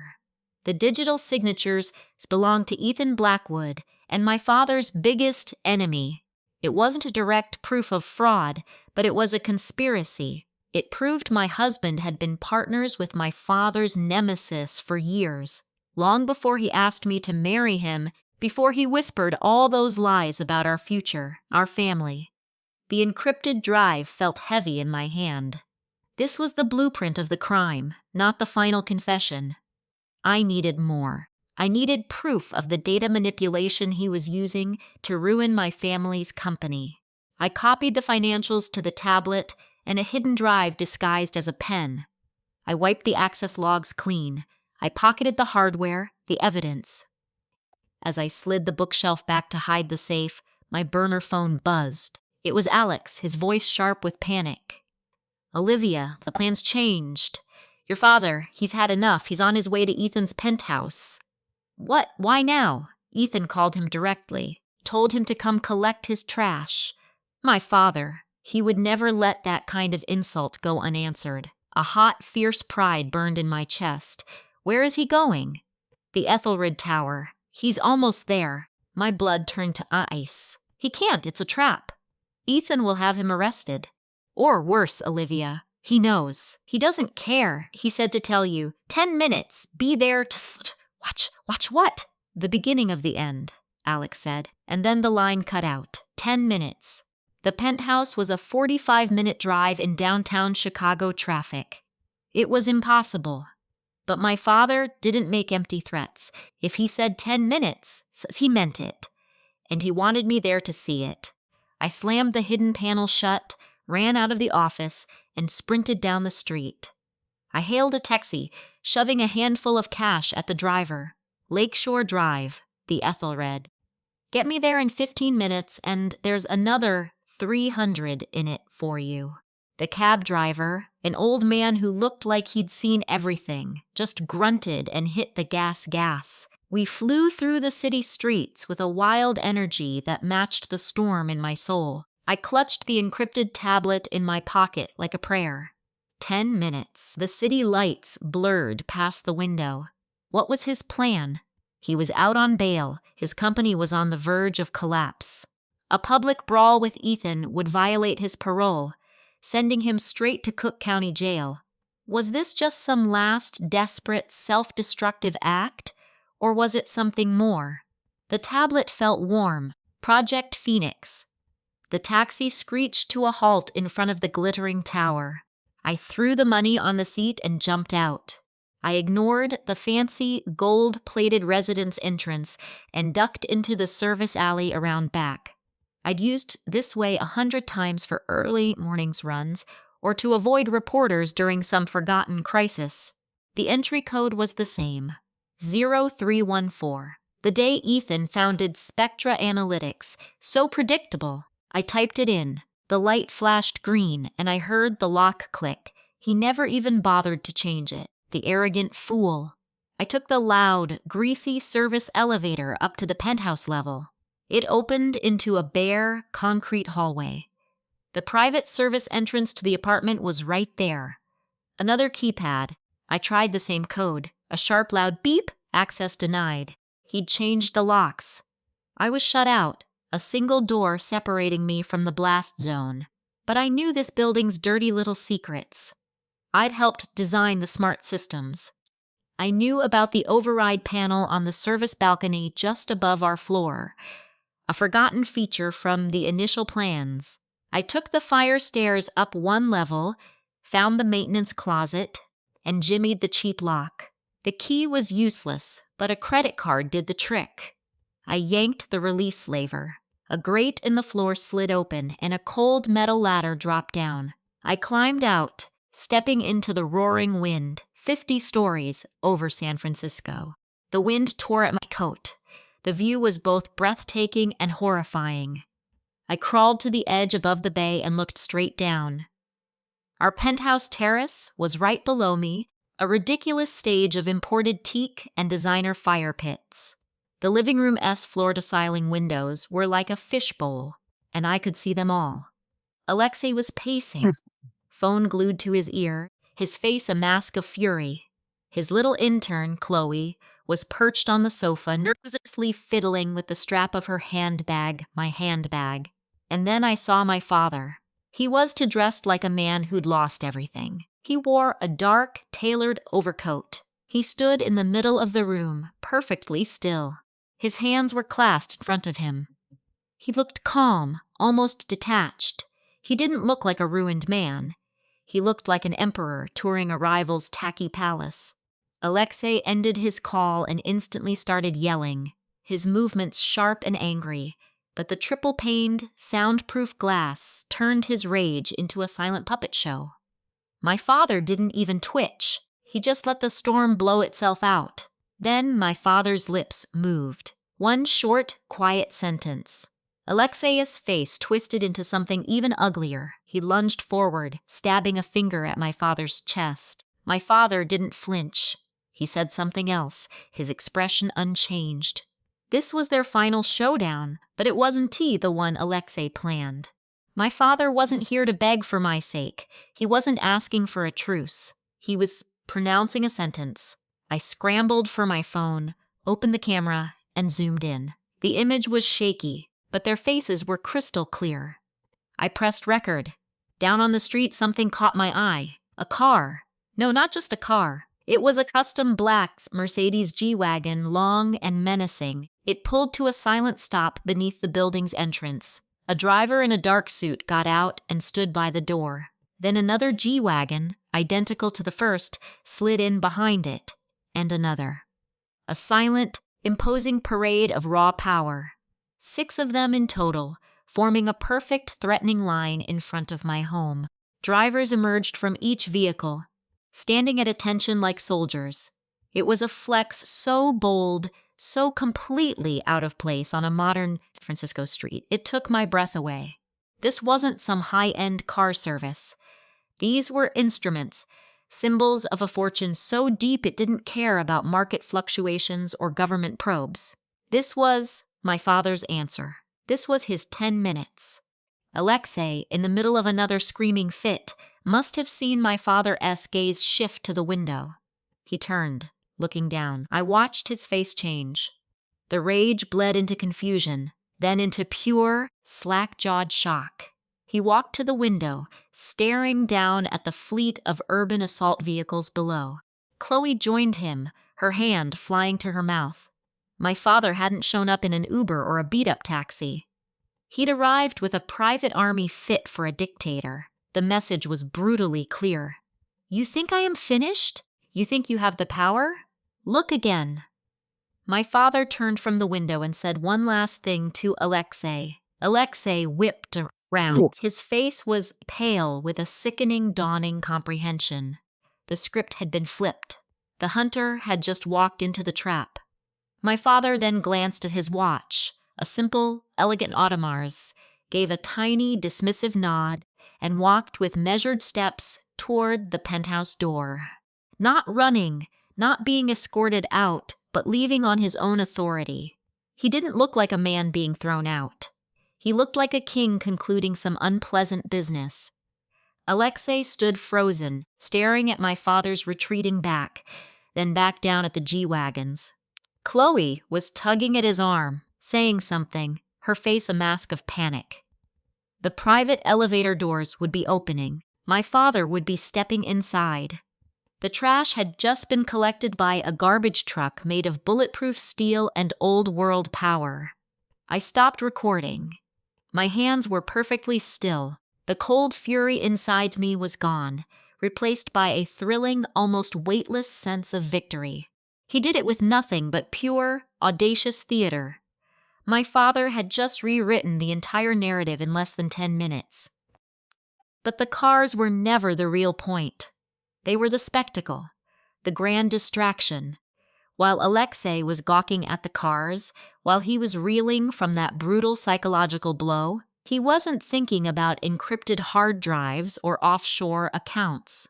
I looked down at my phone. I had the video. I had the evidence. I had the start of my case against him. But as I watched the first black G-Wagon pull away from the curb, a new, colder realization hit me. My father's performance wasn't just for Alexei. It was for me. He told me to be watching. He wanted me to witness that he was not defeated, that our family name still carried terrifying weight, even if it was a different kind of power now. He was showing me how to truly win a fight. Not in a courtroom, not at first. But in the arena of psychological warfare, he was showing me that perception is a weapon, and spectacle is its armor. The last G-Wagon disappeared around the corner. The show was over. Down in the penthouse, Alexei was still at the window. Chloe was trying to pull him away. He shoved her off, his face a storm of humiliation and impotent rage. He turned and slammed his fist on a marble countertop. The game had changed. The pathetic, pregnant wife he tried to discard had a father who could summon a private army. In 10 minutes, that supposedly broken man showed more real power than Alexei had built in a lifetime of code and venture capital. I put the phone back in my purse. The wind off the bay was biting. I looked out over the city that had tried to break me. Alexei thought he was calling my father to take out the trash. But Dad didn't come to collect me. He came to send one simple message, to prove that the first step to winning is to make your enemy doubt his own version of reality. I climbed back down the ladder, my mind already working on the next 3 moves. The performance was over. Now, the war would begin. I had a piece of the puzzle. I needed the whole thing. I had to get into Sterling's office. Reaching the service hall, my burner phone buzzed. I picked up. The distorted voice was back. The display went as we planned. Your father's position has been solidified. Your own situation remains extremely dangerous. Alexei is cornered, which will make him desperate and erratic. A cornered animal is the most vicious. Your current safe house is compromised. A new one is ready. I don't need another safe house, I said, my voice quiet and hard. I need to get inside Leo Sterling's private office tonight. A long, static-filled silence answered me. That is incredibly reckless. The security is military grade. Sterling is there right now. The risks are mine to take, I told him. My father attacked his ego. Now I'm going for his bank accounts. Are you going to help me or not? A beat of silence. Then the voice returned, completely flat. There's a venture capital gala at the Museum of Modern Art tonight. Sterling is a major patron. He will be there. His wife is in Aspen. He will likely return to his office alone between 10:30 and 11 p.m. His security detail is off on Wednesdays. You have a 30-minute window from 11:15 to 11:45 when the office is empty except for Sterling, who will be in his private study on the top floor. The security system is a Titan Defense Series 9. The override code is 1027. My blood went cold. 1027. Alexei's son's birthday. The same code he used for everything. A true narcissist's signature. How do you know that? Sterling is a creature of habit who worships your husband. The code was a pathetic tribute to their partnership. Alexei and Sterling, partners sharing a security code. The sickening intimacy of that detail was more shocking than any financial crime. The study door has a biometric scanner. The key will be on Sterling's person. The locked file cabinet is a German model. It needs a key and a 6-digit combination. And the combination? We do not have it. You will need to find it or bypass it. The voice turned grim. This has zero room for mistakes, Elena. If you are caught, your father cannot save you. Sterling will call the police, and he will press charges. You will go to jail. Alexei will use it to end the divorce and have you declared an unfit mother. This is the point of no return. I glanced down at my hands. They were rock steady. Give me the address. The voice gave an address in the financial district, one of the most secure buildings in the city. A car will be waiting on the next street over, engine running, from 11:30 p.m. It leaves at 11:46, exactly. If you are not in it, you are alone. Understood. One more thing, dot model. For the first time, his voice faltered. Your father knows nothing about this call, or this plan. He did stop you. This is your call to make, your fight. I know, I replied. Thanks. I hung up and stood in the building's humming service corridor. I had a few hours. I needed gear, a plan. I had to become someone else entirely. I wasn't Amelia, the betrayed wife. I wasn't Amelia, the ruined heiress. Tonight I was a ghost, a thief. My 10 minutes were up. Time to move. The hours before the fundraiser dragged on. I used the last of my savings to book a motel room near the museum, paying in cash for a full week so I wouldn't seem suspicious. The room smelled of desperation and stale smoke, but it had a solid lock and the window was private. It was perfect. I spent the afternoon preparing. At a hardware store, I bought a small flashlight, a cheap lockpick set that looked like a joke, a roll of duct tape, and a pair of thin rubber gloves. At a charity shop, I found my disguise, a simple dark cocktail dress and a plain black coat, boring enough to vanish in Pacific Heights. I added a small, simple clutch. I looked like 1,000 other tech wives in this city. I looked like nobody. As evening fell, I got dressed. I pulled my hair back into a severe knot at my nape. Very little makeup. My mother-s pearl earrings were my only link to my old life. I put them on, their familiar weight, a strange comfort. I slipped the encrypted thumb drive into a sealed bag and tucked it deep inside my coat. My only weapons were information and nerve. The lockpicks felt impossibly heavy in my purse. I took a rideshare to Pacific Heights, stepping out into the crisp night air. The fundraiser was a beacon of light a block away. I saw the valet line, the flashing cameras, the stream of expensive dresses and custom suits flowing up the museum's grand steps. I stayed in the shadows.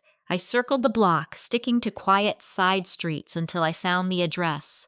Adrian S. Mansion was a modern marvel, a 5-story fortress of glass and steel on a huge corner lot, surrounded by a minimalist steel fence and perfect landscaping. It screamed new, untouchable power. Lights run across the first 2 floors. The office, my source said, was on the 2nd floor, the room with 2 floor-to-ceiling windows overlooking a Zen garden. I found a dark alcove across the street and settled in to wait. The cold started to sink in. Time slowed to a crawl. I watched Teslas and Porsches drop off guests at others' mansions, the City S hum a distant soundtrack. My heart hammered against my ribs like a trapped bird. This was completely insane. I was about to break into the home of one of the most ruthless venture capitalists in Silicon Valley. For what? A digital ledger that might not even exist. But this was about more than that. It was about taking back control. Marcus had taken my home, my trust, my future. My own father, in his own way, had taken my freedom. Tonight, I was taking something from them. I would steal their darkest secret. At 10:42 p.m., a sleek black Lucid pulled up. A driver got out and opened the rear door. Adrian Thorne emerged. He was sharp and lean, with silver hair and a face that looked carved from granite. He wore a tailored suit that probably cost more than my car. He didn't look like a philanthropist. He looked like a predator who'd just acquired the museum itself. He moved up the stone steps, unlocked the front door with a tap of his phone, and disappeared inside. My countdown started. I waited, forcing my breathing to be slow and even. The caterers were gone. Adrian would be in his office. He'd pour a drink, check the markets. My window of opportunity was razor thin and shrinking fast. At 11:17 p.m., I crossed the street, my heels silent on the asphalt. The block was dead quiet. I slipped through the security gate unlocked, thank God, and climbed the 5 steps to the massive glass door. My mouth was dry as dust. I saw the biometric scanner next to the door, a Nexus Security Mark V. I typed in the code I was given, 0915.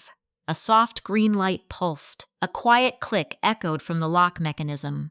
I pulled the heavy chrome handle. It moved like silk. The door swung inward without a whisper. I was in. The foyer was immense.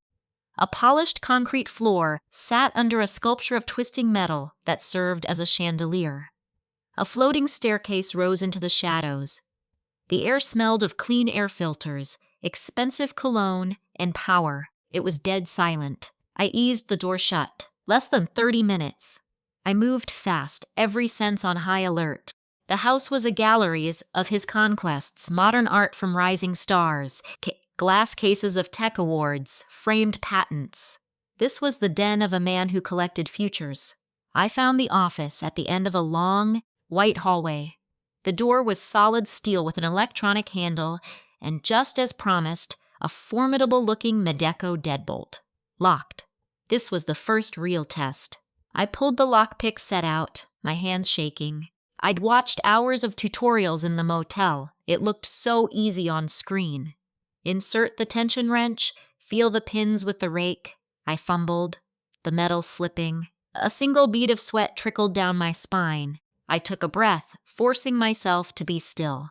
I tried again. I could feel the tiny metal pins inside the lock. Little gates keeping me out. I probed, I lifted the first one, clicked. Then a second. My entire universe was the feeling of cold steel in my gloved hands, the tiny vibrations it sent back. The third pin set. The fourth gave way with a final satisfying snap. The bolt slid free. I turned the handle and slipped inside, shutting the door behind me. Adrian's office was a shrine of chrome and black leather, with bookshelves lining one wall. A massive glass desk stood in the middle. A ribbon of flame danced in a low, wide fireplace. The room smelled of leather and expensive electronics. On the desk sat a half-empty glass of Japanese whiskey and an open laptop. And there, built into the wall of custom cabinetry, was the safe. A flush-mounted keypad with a dark glass finish, totally invisible unless you knew it was there. It guarded his secrets. I needed the 4-digit passcode. My husband Marcus and his mentor Adrian shared everything. I prayed they shared this, our wedding anniversary. September 15th. Was it possible? Was my husband that arrogant, that sentimental? I knelt, the pressure from my pregnancy a dull ache. I had to try it. If I was wrong, if a silent alarm went off, this was all over. But I had no other options. My finger hovered over the keypad, trembling. 1, 5. I pressed enter. A harsh, negative buzz. A single red light blinked once, wrong. My mind scrambled. What else? Marx's birthday, 1988. I typed it in. 1988, red light. The year they founded their venture firm. 2016. Red light again. Adrian's wife had left him years ago. I had no idea what her birthday was. Panic was starting to close in on my throat. I was wasting precious time. I scanned the room, desperate for any kind of hint. People are creatures of habit. On his desk next to the whiskey was a single framed photograph. A younger Adrian Thorne, grinning proudly, holding the patent for his first major software, the Ariadne. He was a known workaholic. The shelves were filled with industry awards. The photo, his ego. I leaned in closer. On the metal frame, a small plaque was engraved. Stanford GSB 2008. The year he and Marcus graduated. It was a long shot. I entered 2008. Red light. Damn it. My time was almost up. My eyes darted across the bookshelves, business texts, market analyses, signed first editions. And then I saw it. Tucked behind a row of biographies was a thin, worn-out book, The Art of War. A cheap paperback. A folded coffee receipt was sticking out as a bookmark. From a cafe near their old office, a date was circled on it. June 4th, 2007. The day their first big seed funding came through. 4 digits. 06, 04. My hand was shaking so badly I almost dropped my phone. 0604. A soft, pleasant chime came from the wall. A steady green light appeared. A panel on the bookshelf slid silently sideways, revealing a hidden vault. The electronic lock had disengaged. A shaky gasp of relief escaped my lips. I pulled open the heavy steel door. It was completely silent. Inside was flawlessly arranged. Hard drives in anti-static bags. I scanned the labels, my heart thudding in my chest. Project Titan, Aquila Holdings. And then, a single black ledger with one word embossed in silver. Sterling. My gloved fingers fumbled as I lifted it from the shelf. I set it on his desk, using my phone S Lite to see. It wasn't a corporate file. It was a journal, handwritten in a sharp, aggressive script that was definitely not my husband's. The entries went back 3 years. Columns for dates, sections, payments, and initials. My breath caught in my throat as I read. April 10. MV. Confirms prototype flaw. AT initiates short position. July 22. MV leaks Q3 roadmap. Acquisition prep begins. MV Marcus Vance. My husband. Page after page detailed his treachery. My father's tech company was being systematically gutted from the inside. Marcus wasn't just a competitor. He was the saboteur. He had been feeding Adrian every trade secret, every internal weakness. He'd even helped Adrian steal a key engineer from my father's AI division. The mysterious project failures my dad could never explain, they were all here, meticulously documented. The amounts in the payment column made me feel nauseous. Millions of dollars.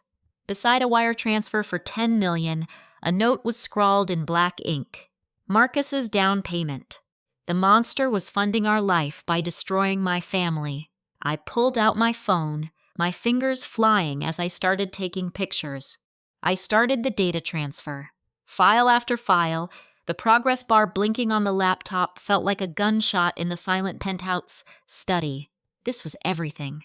The undeniable evidence. The proof that would put both of them away for good. I was on the final directory when I heard it.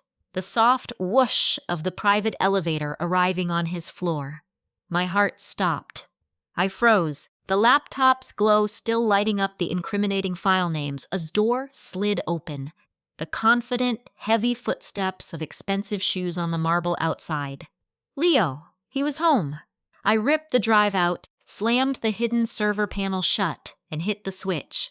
The wall panel slid back into place just as he has his keycard beep at the study door. There was nowhere to run, no closet to hide in. The study was a glass box with a breathtaking view of Boston and zero cover. The only other door led to a wide-open, brightly lit terrace. I did the one thing I could. I dove under the massive obsidian desk, squeezing into the space for the chair, pulling my legs in tight to shield my pregnant belly. The small space smelled of leather and Leo's expensive cologne. The study door slid open.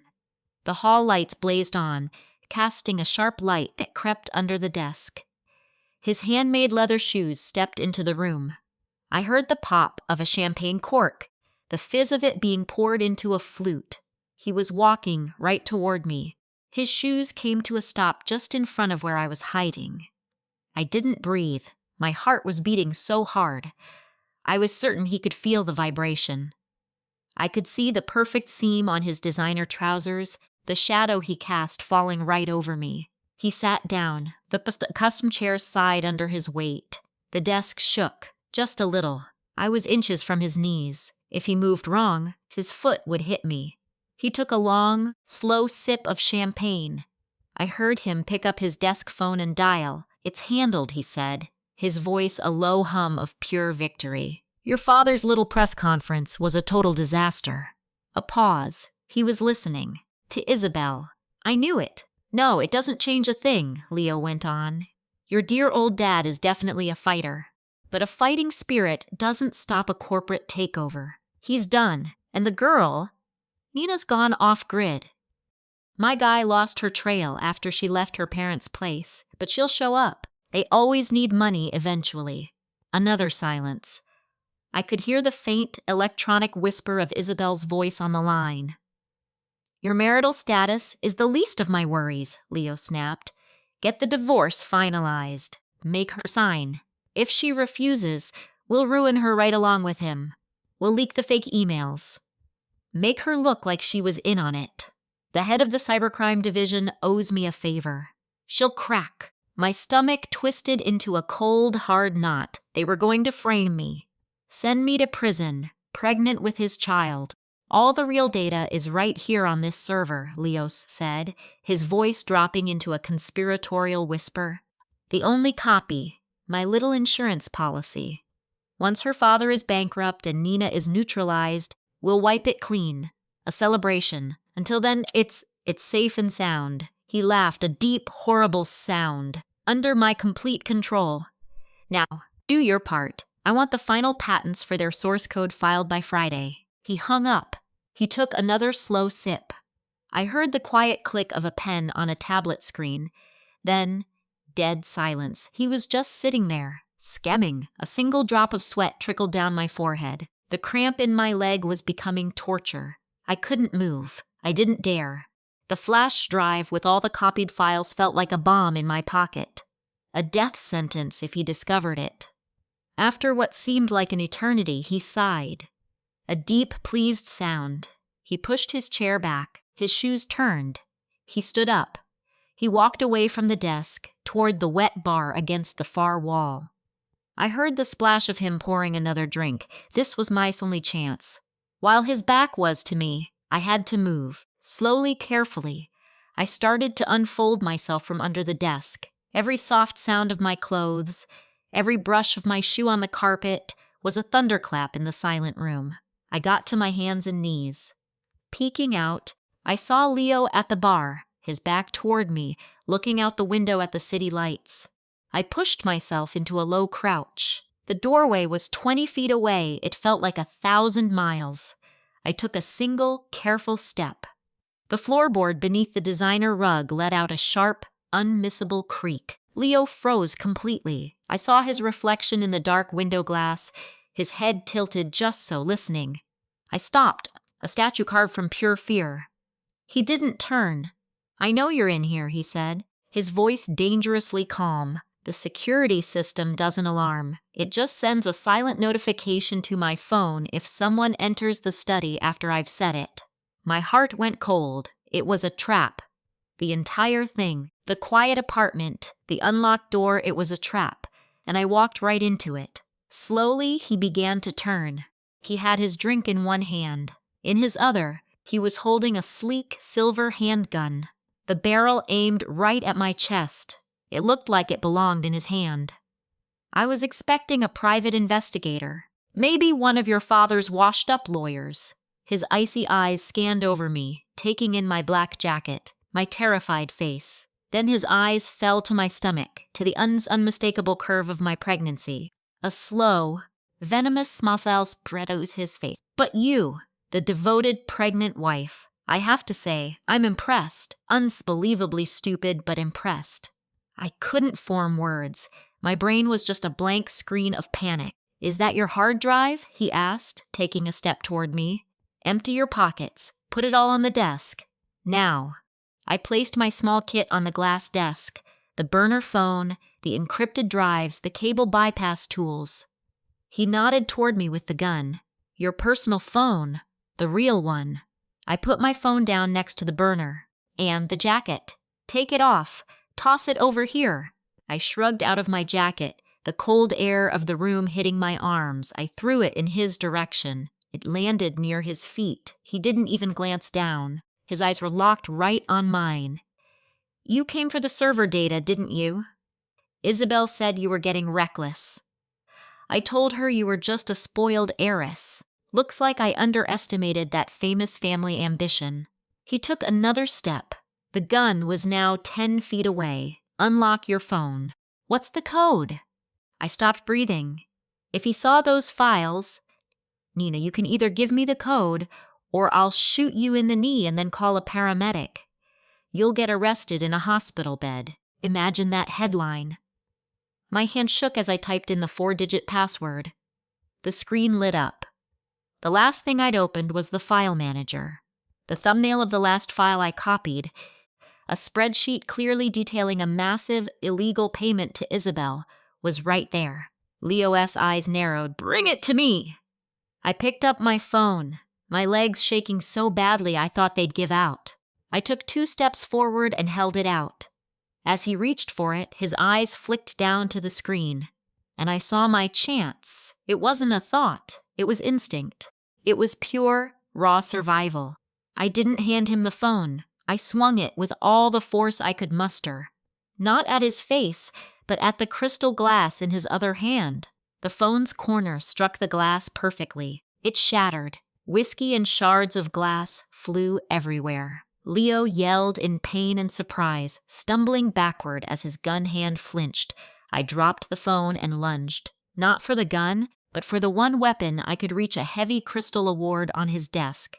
I grabbed it, spun, and swung. It connected with the side of his head with a sickening, wet thud. Leo's eyes went blank. He just folded. The gun thumped onto the thick rug. He collapsed a second later, his body hitting the floor with a heavy groan from the floorboards. I stood over him, still holding the award, gasping for air in ragged, panicked breaths. He was out cold. A dark line of blood was already starting to well up from his hair, mixing with the spilled whiskey on the expensive carpet. I'd actually done it. I knocked out Leo Croft. The thought was too big to even comprehend. I had to get out. I snatched my jacket, the burner phone, and the crucial flash drive. I left my own phone. It was bait anyway. The data was the mission. I grabbed the gun from the floor. It felt heavy and alien in my hand. I pushed it deep into my jacket pocket, and then I remembered the server, the source, the whole reason I risked everything. I ran to the wall, my fingers shaking as I typed the code on the hidden keypad, 8421. The panel slid open. I took the entire Project Chimera drive, jamming it into my jacket's inside pocket. I slammed the panel shut. I gave one last glance at Leo, a crumpled mess on the floor. He was starting to moan, one of his hands twitching. He'd be conscious soon. I ran. I flew down the floating glass staircase, through the cold, empty foyer, and burst through the front doors, not even pausing to shut them behind me. I hit the street and just ran. My boots slapped in the wet pavement. I turned the corner onto Beacon Street, and there it was, a black sedan idling by the curb, its exhaust plumbing in the cold night air. The rear door swung open as I sprinted toward it. I dove inside. Go, go now! The car was already pulling away, merging into traffic before my door was fully shut. I slammed it closed and fell back against the seat, my whole body starting to shake in violent, uncontrollable waves. Ben was driving. He didn't look at me in the rearview mirror. "You're bleeding." I looked down at my hands. They were cut up from the broken glass and spotted with Leo's blood. "It's not mine." "The drive?" I patted the hard rectangle inside my jacket. "I have it. And the house? Leo was there. I had to use an award. He's out cold." For the first time, Ethan's calm mask slipped. His eyebrows flew up. "You knocked out Leo Vance?" He wasn't scared, just weirdly impressed. "Wow, the old man is going to have a stroke when he finds out." "Where are we going?" I asked, the adrenaline crash suddenly making me feel sick. "Somewhere secure. Somewhere you can get cleaned up, and where we can see exactly what you just risked your life for." He glanced at me again, his gaze lingering on the gun's outline in my pocket. "And you can tell me why you're carrying a pistol now." I leaned back, watching the Dallas city's lights blur into streaks. I actually did it. I got the proof. I fought back. But as the shock faded, the reality of what I'd done began to sink in. I assaulted Leo Vance in his own home. I stole his private property. He was going to wake up soon. He would know it was me. The man practically owns the Dallas Police Department. He has the district attorney on speed dial. This corporate war wasn't just a metaphor anymore. It had just become terrifyingly real. And I was the one who threw the first punch that drew blood. The 10-minute robbery was done. The mission was a success. Now came the fallout. Our somewhere secure was a private jet terminal at a regional airport, a far cry from some cheap motel. We didn't head for a hangar, but a quiet, modern building labeled Executive Flights. The inside felt like a luxury hotel lobby, all plush carpets, abstract art, and hugely expensive furniture. A door labeled Conference Room B led to a small, sterile room with a table, chairs, and a heavy-duty shredder in the corner, the kind of soulless place where terrible deals are made. "Wait here," Ethan said. "Don't move a muscle. I'll find a first aid kit." I slumped into a chair, the full weight of the evening finally hitting me. I placed the thick manila folder on the shiny tabletop. The Project Nightingale label seemed to glow under the lights. I took Vince's gun from my coat, holding it like it was radioactive, and set it next to the file, the 2 prizes from my new life of crime. Ethan came back with a small medical kit. Without a word, he took my hand and began cleaning the scrapes with an antiseptic wipe. The sting was sharp, jolting me back to the present. "He's awake by now," I said, my voice sounding empty in the quiet room. "He's called the cops. He's given them my name." "Probably," Ethan said, his touch surprisingly gentle. "But he's not going to get the reaction he's expecting. Not right away." "Why not?" "He's Leo Vance." Because the silent alarm in his study wasn't connected to his security company. It was routed through a private firm. "One your father has a very cozy relationship with." Any 911 call from that address was flagged, held, and rerouted. The first officers on scene will be told it was a simple system error, a false alarm. They'll file a quick report and leave. Vance will be absolutely furious, but he'll have no proof you were ever there. Not yet. He'll just have a massive headache and a story that sounds completely insane it's seen without any evidence. A young socialite breaks into his mansion and attacks him with a crystal decanter. It's going to sound like he was drunk and hallucinated the entire thing. I could only stare at him. The sheer level of planning, of preparing for every possibility, was breathtaking. "My father settles all this up. Your father prepares for everything, and he always has a backup plan." Ethan finished bandaging my hand. "Now let's see what you bought with all that risk." I opened the folder and took out the handwritten ledger, laying the pages across the table. Ethan pulled up a chair, his sharp eyes scanning the entries. He was silent for a long time, his finger tracing the columns, the dates, the cryptic initials, the huge dollar amounts. His expression got darker and darker with every page he turned. "This is it," he finally whispered, his voice a low growl. "This is a massive conspiracy to commit financial fraud. Wire fraud, racketeering. It looks like Damien wasn't just an informant. He was a full-blown partner. This ledger proves he was masterminding the entire scheme, laundering all the money." He pointed to an offshore bank account number. "That's really bad. It establishes a clear motive, a premeditated crime. This isn't just about business, it's personal, and it is incredibly illegal." "Will it be enough?" I asked, the lawyer in me kicking in. "It's all handwritten. There's no digital copy. They'll just say it's a fake."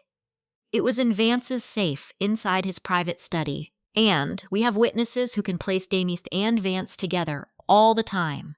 "The memo from your encrypted drive outlines the whole strategy. This," he said, tapping the ledger, "fills in every last dirty detail. It's a perfect roadmap for any federal prosecutor. But more than that, it's leverage. The kind of blackmail material that can bring down an entire corporate empire." "So what's our next move?" The question just hung there in the silent room. The obvious play was to go to the authorities. But the authorities, as Vance loved to brag, were his puppets. Could we actually trust any of them? "We do nothing with it." A new voice cut in from the doorway. "Not yet." I whipped around, and there he was. My father. He looked 10 years older than I remembered, the lines around his eyes carved deeper, but his posture was straight.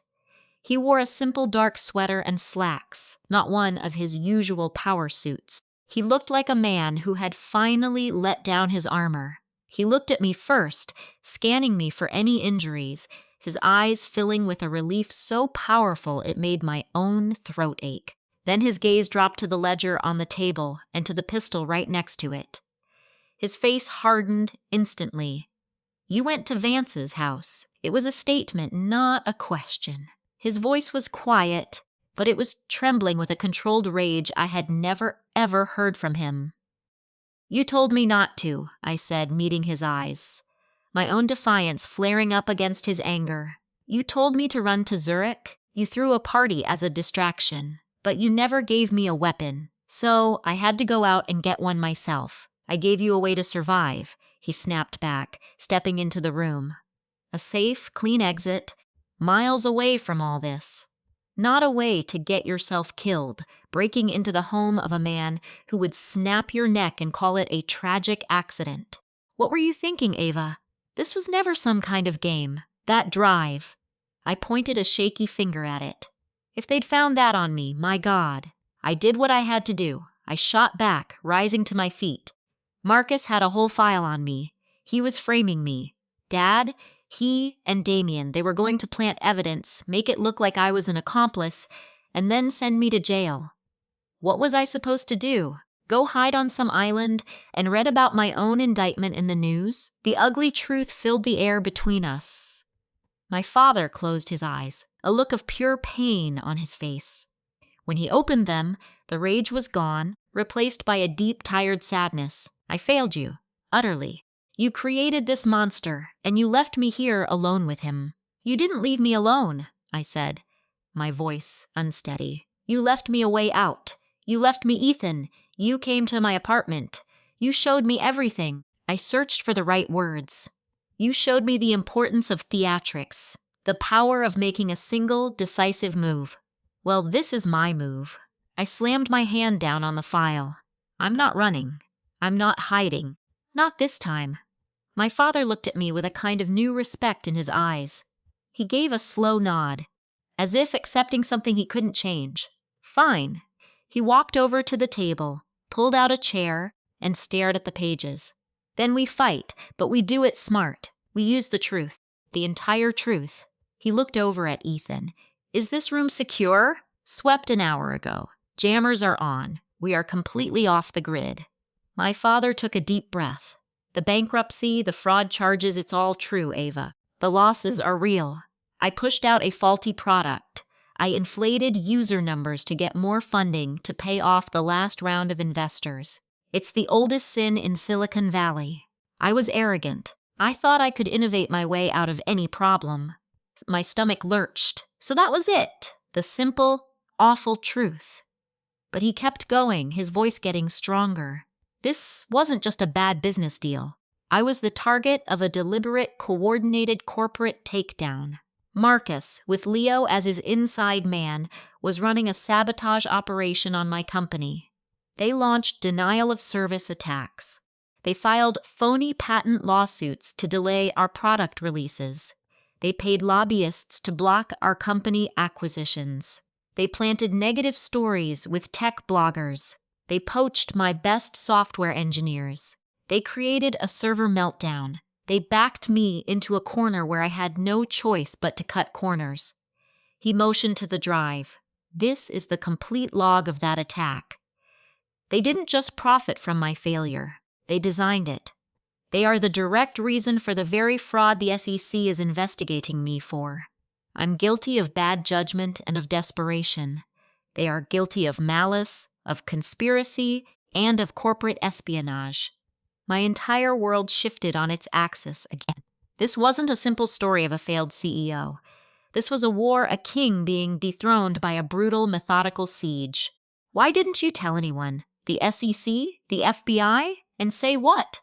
My father let out a harsh laugh. That the big bad competitors were cheating without a single piece of proof? It just sounds like the pathetic whining of a sore loser. This drive is the proof, but I could never get to it.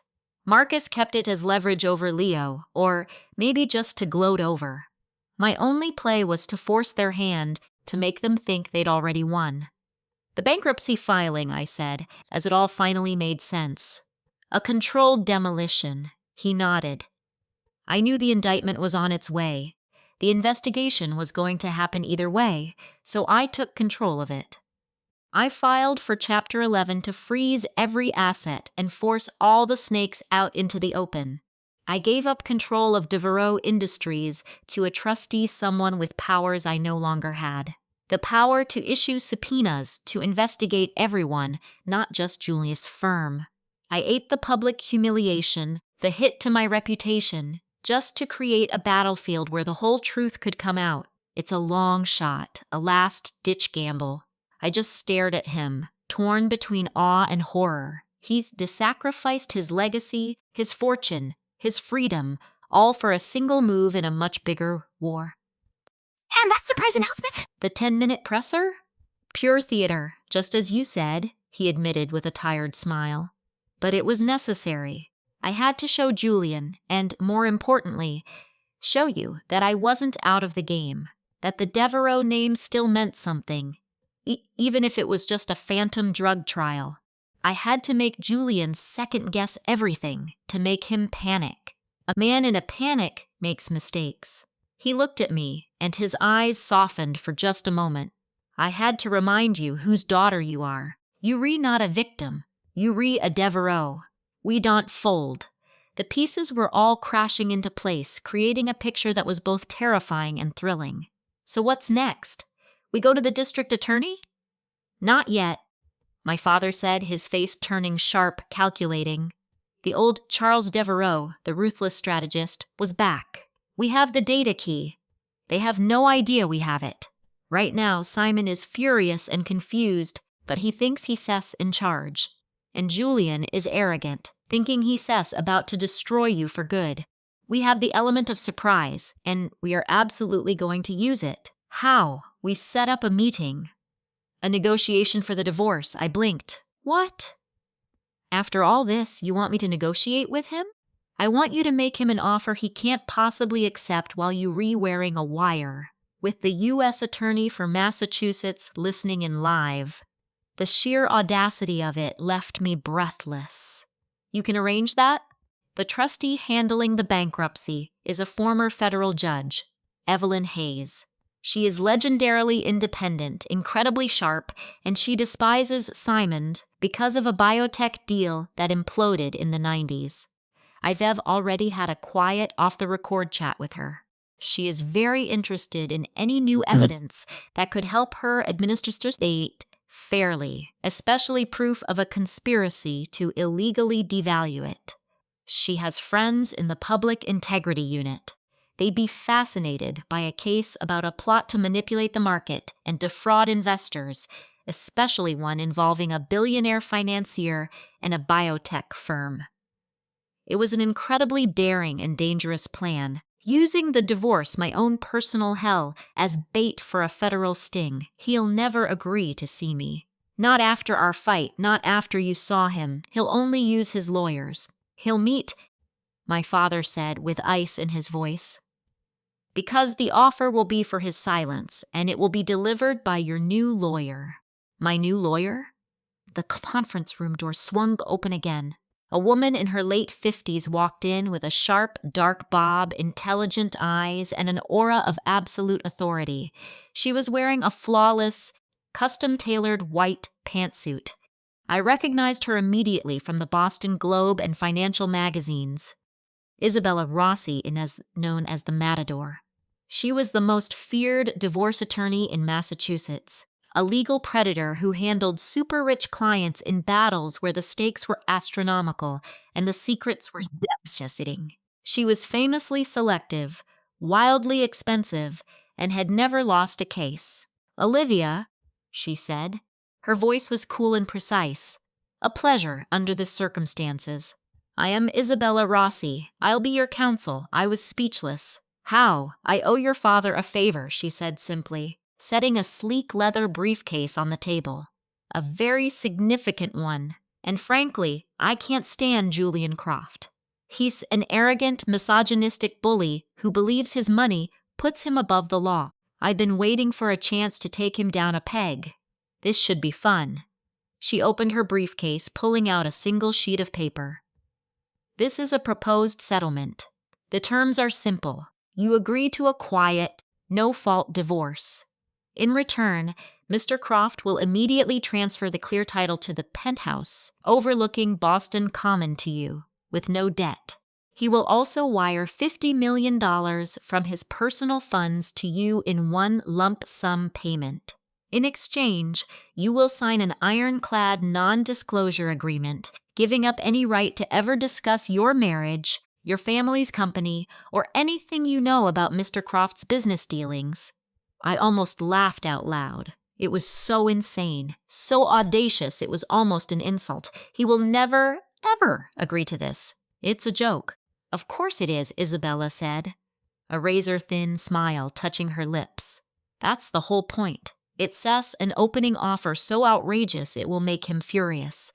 He'll demand a meeting just to laugh in your face, to put you back in your place, to prove he still holds all the power. He'll want to watch you squirm. He'll want to savor his victory, and that is when the trap springs shut. The wire, I said. Precisely. We'll have the meeting right here, in this secure conference room. The U.S. Attorney's office will monitor from a remote location. You will be wearing a recording device. You will provoke him. You will mention the data key, the sabotage, Simon. You'll show him a printed copy of one of the most incriminating files from the key. You'll accuse him of plotting to ruin your father. You will give him every chance to incriminate himself. Knowing Julian, his ego will do the rest. And if he does take the bait? If he smart? Isabella's smile didn't waver. Then we pivot to Plan B. We leak the data key's contents to the Wall Street Journal. We file a massive civil lawsuit against Croft and Simon, using the key as our primary evidence. We unleash a media firestorm that will obliterate his reputation and cripple his firm. The criminal charges will come eventually. He loses no matter what. This meeting is just the quicker, more personally satisfying way to do it. I looked at my father. He just gave me a small nod. It's your call. This was it. The moment everything changed, I could take the crypto wallet and the clean passport and just vanish. Or I could walk into that room with a wire and a script and try to destroy the man who broke my life apart. It wasn't really a choice. When, I asked, my voice suddenly firm. Isabella glanced at her watch. My office is contacting his lawyers this afternoon. The offer is already on his desk. Given the circumstances and Julian's massive ego, he'll demand a face-to-face meeting by tomorrow. We need to get you ready. We have to script every word, plan every single reaction. We need to turn you into the perfect weapon. She looked at my simple dress, my tired eyes, the faint bruise on my wrist. First, let's get you into an outfit that screams grieving daughter, not a gold-digging wife. Ethan, the safe house is ready, my father said. I've already had clothes sent over. I stood up. The weight of the plan, the baby, the betrayal. It was a breakthrough. For the first time since my brother was forced out, I wasn't just surviving. I finally had a weapon in my hands, and it was pointed right at the man who ruined him. Liam sat up, coming over and putting his hands on my shoulders, his own hands still trembling slightly. You don't have to do this, Olivia. We could just go, head up to Vermont, live a quiet life, a safe one. I looked into his eyes, the eyes of a brilliant man who was almost broken. You didn't teach me how to play it safe, Liam. You taught me how to build empires. A tired, proud smile touched his lips as he pulled me into a fierce hug. Then go burn his kingdom to the ground.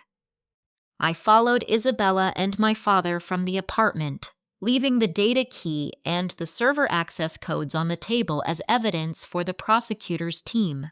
I finally understood what Liam had been trying to tell me for years. The patents weren't the real power. The investment capital wasn't the power. The power was the courage to expose a lie. It was holding the devastating truth in your own two hands. The power was turning your deepest pain into a perfectly designed trap. The last week was just the overture. The real performance was about to start. The safe house was a sterile condo overlooking Boston Harbor. The clothes they chose were a new kind of armor, a simple, elegant charcoal dress, a silk scarf, and plain black heels. No jewelry, not even the wedding ring he gave me. The look was calm, focused, and impossible to read. It was the uniform of a woman who was done with grief and was now in the cold, precise business of delivering consequences. Isabella prepped me for 3 straight hours. We sat at a glass table, the data key and her notes between us like the blueprints for a demolition. Forget how you feel, she said, her voice like steel. The anger, the betrayal, the heartbreak, that's all just ammunition for him. He'll use it all against you. He'll call you hysterical. He'll gaslight you. He will throw every single insecurity you have right back in your face. Your only emotions are cool disappointment and absolute certainty. You aren't there to ask for a thing. You are there to inform him of the terms of his surrender. She had me memorize the entire script. I needed to be poised, direct, and completely unshakable. The scene is the conference room. You're already there, sitting at the head of the table. He walks in, expecting to see you in tears. You don't get up. Your first words are, "Julian, thanks for coming. Have a seat." Then you say, "I've reviewed your settlement offer. It's insulting. So I've drafted a more suitable one." You slide the new terms across the table. When he loses his temper, you say, "This isn't a negotiation. It's a choice. You can sign this, and your divorce and your criminal theft of my family's research can stay a private matter. Or you can refuse, and I will file this." You place the evidence summary next to his offer. With the district attorney's office, the architect's board, and the press by 5 o'clock. The full ledger detailing the conspiracy goes public next. Your key phrases are copyright infringement, bribery of a public official, and conspiracy. You don't say, "You destroyed my brother." You say, "You executed a conspiracy to steal proprietary architectural designs." This is about his crimes, not your grief. If he threatens you, you say any attempt to intimidate me will be documented as witness tampering. For my own safety, this whole meeting is being recorded. That's the move. The bluff about the recording will either silence him or his massive ego will make him dig his own grave. Right on tape. We practiced it again and again. I rehearsed the flat, steady voice, the slow way I'd set the documents down, how my hands had to be perfectly still. Ava was a merciless director. Less anger. You're presenting bad news to the board. Better.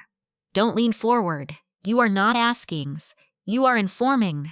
During a break, Ben came in with a tiny device, a microphone disguised as a modern gold lapel pin. He carefully pinned it to my dress. Voice activated, he whispered. Crystal clear audio. The DA's team is in the office next door. They will hear every single word. A detective is in this room, behind that one-way mirror. He nodded to a large, dark pane of glass on the wall I'd assumed was just a design choice. For your protection. If he even raises his voice, she will be through that door in a heartbeat. Will he have a weapon? I asked, his notorious temper flashing in my memory. He'll be swept by building security downstairs. It's mandatory for this floor. He'll be clean. But Elena Ben met my eyes. The most dangerous thing he has is how well he knows you. He will go for your weakest spot. Your only job today is to not have one. At 3:15, Ava's burner phone vibrated. She answered, listened, and said, "Understood," before hanging up. He's on his way up. Our contact confirmed it. Julian will be here at 4. He's coming by himself. No lawyers. He apparently told his staff he wanted to handle his hysterical, pregnant wife personally. A small, grim smile touched her lips. His arrogance, it's always their biggest weakness. The final minutes felt unreal. I was dressed in my armor, wired for sound, and I knew every line by heart. I sat alone in that sterile conference room, watching my reflection in the dark glass. I barely knew the woman staring back at me. She was cold, calm, and prepared. The ghost of the wife who fell apart in her brother's studio was gone. At 3:58, the door swung open. Julian strode in. He looked, as he always did, like a prince of the city. An absurdly expensive linen shirt, tailored slacks, a casual power that said he owned everything he saw. He scanned the simple room with contempt, as if its lack of opulence was a personal insult. His eyes finally settled on me. He was expecting, I'm sure, to see me in pieces. Someone broken by the last few weeks, pale from grief, with pleading in her eyes. He didn't find her. His smirk faltered for just a second, replaced by a flash of confusion he immediately covered with that old arrogance. "Elena," he said, lingering by the door, "you look put together. I'm impressed. I thought you'd be at some yoga retreat by now, trying to breathe away your family's sad failure, sorts it." Cool disappointment. I gestured to the chair across from me. "Julian, thanks for coming. Please, sit down." He paused, thrown by the calm, by the command in my voice. He shut the door and took the seat, leaning back and crossing his arms, a perfect picture of condescending control. "So, Ava Monroe, that's a power move. Must be costing you a fortune. I hope your brother's estate is covering her fee. Then again, I hear she takes some very creative payment plans. I wonder what you had to promise her." I let the insult hang there in the silent room. I placed my hands flat on the cool surface of the table. "I've reviewed your settlement offer. It is insulting." He actually laughed. "Insulting? Honey, it's a fortune. $5 million to walk away from a marriage that was, let's be honest, an investment, and one that's no longer paying off. You should be grateful. I'm here to offer you an alternative," I said, my voice perfectly level. I slid Ava's single-page term sheet across the table. He snatched it up, his gaze flicking over it, the smug look on his face dissolving, then twisting into pure, disbelieving fury. He read it again, his knuckles white as he crumpled the paper in his fist. He glared at me, his face a mask of cold fury. "Are you insane? Is this some kind of sick joke? 51% of the development group? All architectural patents revert to his estate? Has the stress of all this finally made you lose your mind completely?" "This is not a negotiation," I said, my voice firm, feeling the power of the rehearsed lines. "It is a choice. You can sign, and our divorce, along with your bribery of Sophia, can be handled privately. Or you can refuse, and I will file this." I slid the printouts from my brother's hidden ledger to rest beside the term sheet. With the DA and the Miami Herald, before the market opens tomorrow. The full payment ledger detailing your theft will be next. The color drained from his face. He stared at the printout, at the familiar handwriting, the damning payment codes. The arrogant smirk was gone, replaced by a pale, tight-lipped shock. What is this? Where did you get this? Where I got it doesn't matter. What matters is that it's all in there, a detailed record of your 2-year scheme with Sophia to steal my brother's designs. Copyright infringement to launch your flagship project.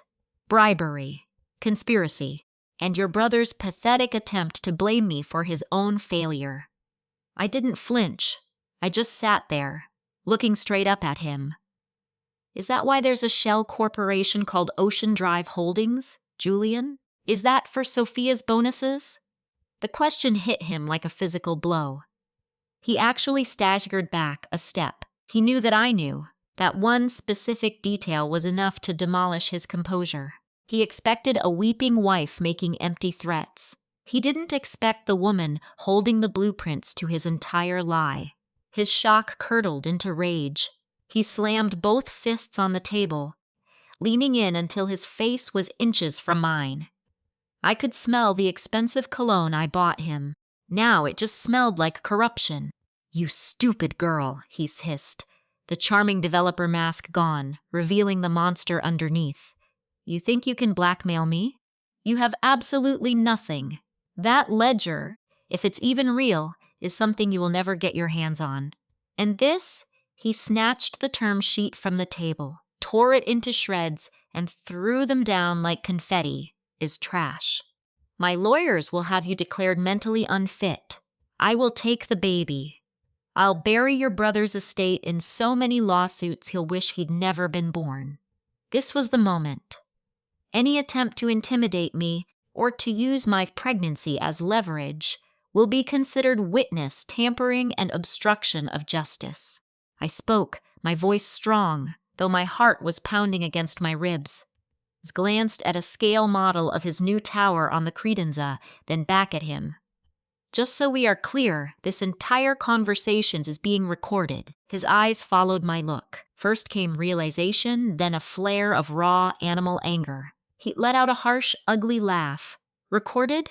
Are you crazy? That's completely illegal, you idiot. My legal team will destroy you for that.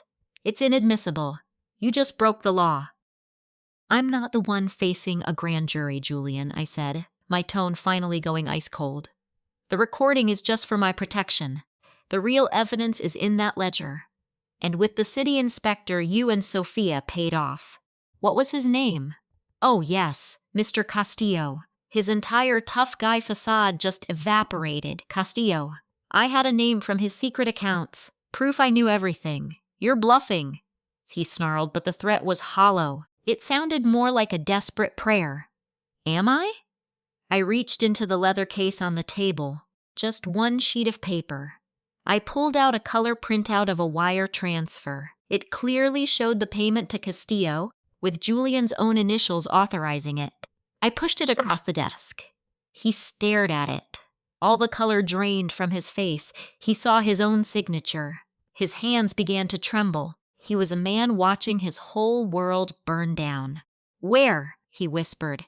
"How did your partner has a very sloppy approach to digital security," I said, "and you have a pathetic obsession with your own success." "May 18th? Really, Julian? The day you broke ground on the Vance Tower? You use it for every single one of your accounts." It's just sad. The final cut. His own ego, the date of his greatest triumph, was the key to his destruction. That broke him. The rage returned, but this time it was the fury of a trapped animal. He lunged across the table, not for me, but for the piece of paper, trying to sweep it away. "It's nothing," he screamed. "It's worthless. It's the delusions of a grieving old man and his unhinged pregnant wife. No one will ever believe you. I am Julian Vance. I own this city. You're a nobody." He was screaming, his face red, that perfect suit of his suddenly looking cheap and desperate. This was the real Julian, the snake I'd been sharing a bed with. "Your power is a fantasy," I told him. my voice dangerously quiet as I rose to meet his rage. "You built it on lies and on the ashes of my family's business. And it all stops today. You have one choice. You sign these papers, give back my family's company, and I let you walk away. Or you can fight me. And I will use every single page in this file to make sure you rot in a federal prison cell for the next decade. Your powerful friends won't be taking your calls from inside there." He just stared, chest heaving, his eyes wide, a cornered animal with nowhere left to run. The reality of the trap was finally sinking in. The hidden recorder, the evidence binder, the pre-signed confession. And then, something in his eyes shifted. The rage didn't vanish. It just froze over, turning into something colder, something much more sinister. A cruel, calculating look I'd never seen before appeared on his face. He slowly, deliberately straightened his tie, a sad attempt to reclaim his lost power. "You know," he said, his voice now a low, venomous whisper, "there is always a third option." I just stood my ground, watching him, saying nothing. We could just forget this whole thing ever happened. He took one step towards me. I didn't even blink. "You dropped this entire thing. You sign the divorce papers I drew up. You take the money. You move to Zurich. And I make sure your Family S company does to get torn to pieces in bankruptcy court. I know people who owe me favors. I can make a call, get them a bridge loan, a sweetheart government deal. They'd be solvent again before your baby is even born. You can be the one to give them their legacy back. All it costs you is your pride." And this, he waved a hand around the room, dismissing my entire life's work. This pathetic little crusade for revenge. He was offering me a deal with the devil himself. My family's salvation in exchange for my silence. It was a brilliant, evil move. It went straight for the one vulnerability he knew I still had. My love for my family. I felt my lawyer's careful instructions start to fade away. This wasn't part of the plan. This was personal. My own justice, or my family's one shot at rebuilding everything they'd lost. I looked at this man, this monster who knew every single one of my weaknesses, and all I saw was a desperate fool making one last, hopeless gamble. "You don't have that kind of influence anymore, Julian," I said. And the certainty in my voice was absolute. Because by the time you walk out of this office, you won't have a story to sell. But the Chicago Tribune will. The U.S. Attorney's Office will. Your friends at City Hall will be so busy shredding documents they won't even remember your name. You have nothing left to offer me. You are out of money, out of friends, and out of time. The cruel confidence in his eyes flickered and died, replaced by a deep, empty terror. He knew I was right. He had no cards left to play. The private elevator to his penthouse office chimed. The doors slid open. A woman steps out. She was in her late 40s, all business, her dark hair pulled back in a severe bun. She wore a tailored pantsuit with an FBI badge clipped to her belt. Two grim-faced men in off-the-rack suits flanked her. "Julian Croft," the woman stated, her voice flat and cold. Julian spun around. "Who the hell are you?" "Special Agent Rossi, FBI White-Collar Crime Division." She held up her badge for him to see. "We've been monitoring this conversation. We have some questions for you regarding the permits for the Croft Tower and your partner, Walter Sterling. You are not under arrest. Not yet. But we do need you to come with us to our field office for a formal interview."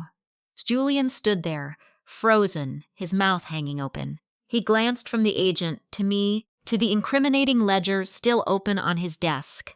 The sight of 3 federal agents in his inner sanctum finally shattered his composure. "This is you can't be serious." "I want my lawyer," he managed to stammer. "Of course," Agent Rossi said, totally unfazed. "You can call him from the car. He can meet us downtown. Now, if you'll come with us, please." One of the other agents took a half step forward, a silent, clear signal that this was not a request. Julian Croft's shoulders collapsed in defeat. All the fight drained out of him.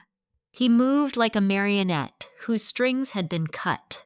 He never looked at me again. He just let the agents escort him from his own office, a fallen emperor being led out of his palace. The elevator doors closed behind them. The silence in that massive office was deafening. I slowly sank into one of his expensive leather chairs, my legs suddenly giving out. The adrenaline that had fueled me for the last hour vanished, leaving me weak and trembling. The elevator chimed again. My lawyer, Sarah, walked in, followed by my older brother, Daniel. His face was grim, but his eyes were shining with a fierce, victorious pride.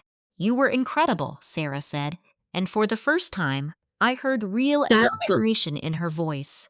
"That offer he made about your family's company, that was a desperate, last-ditch effort, and your response was perfect. You didn't even flinch. You just took him apart." "He's not arrested?" I asked, my voice barely a whisper.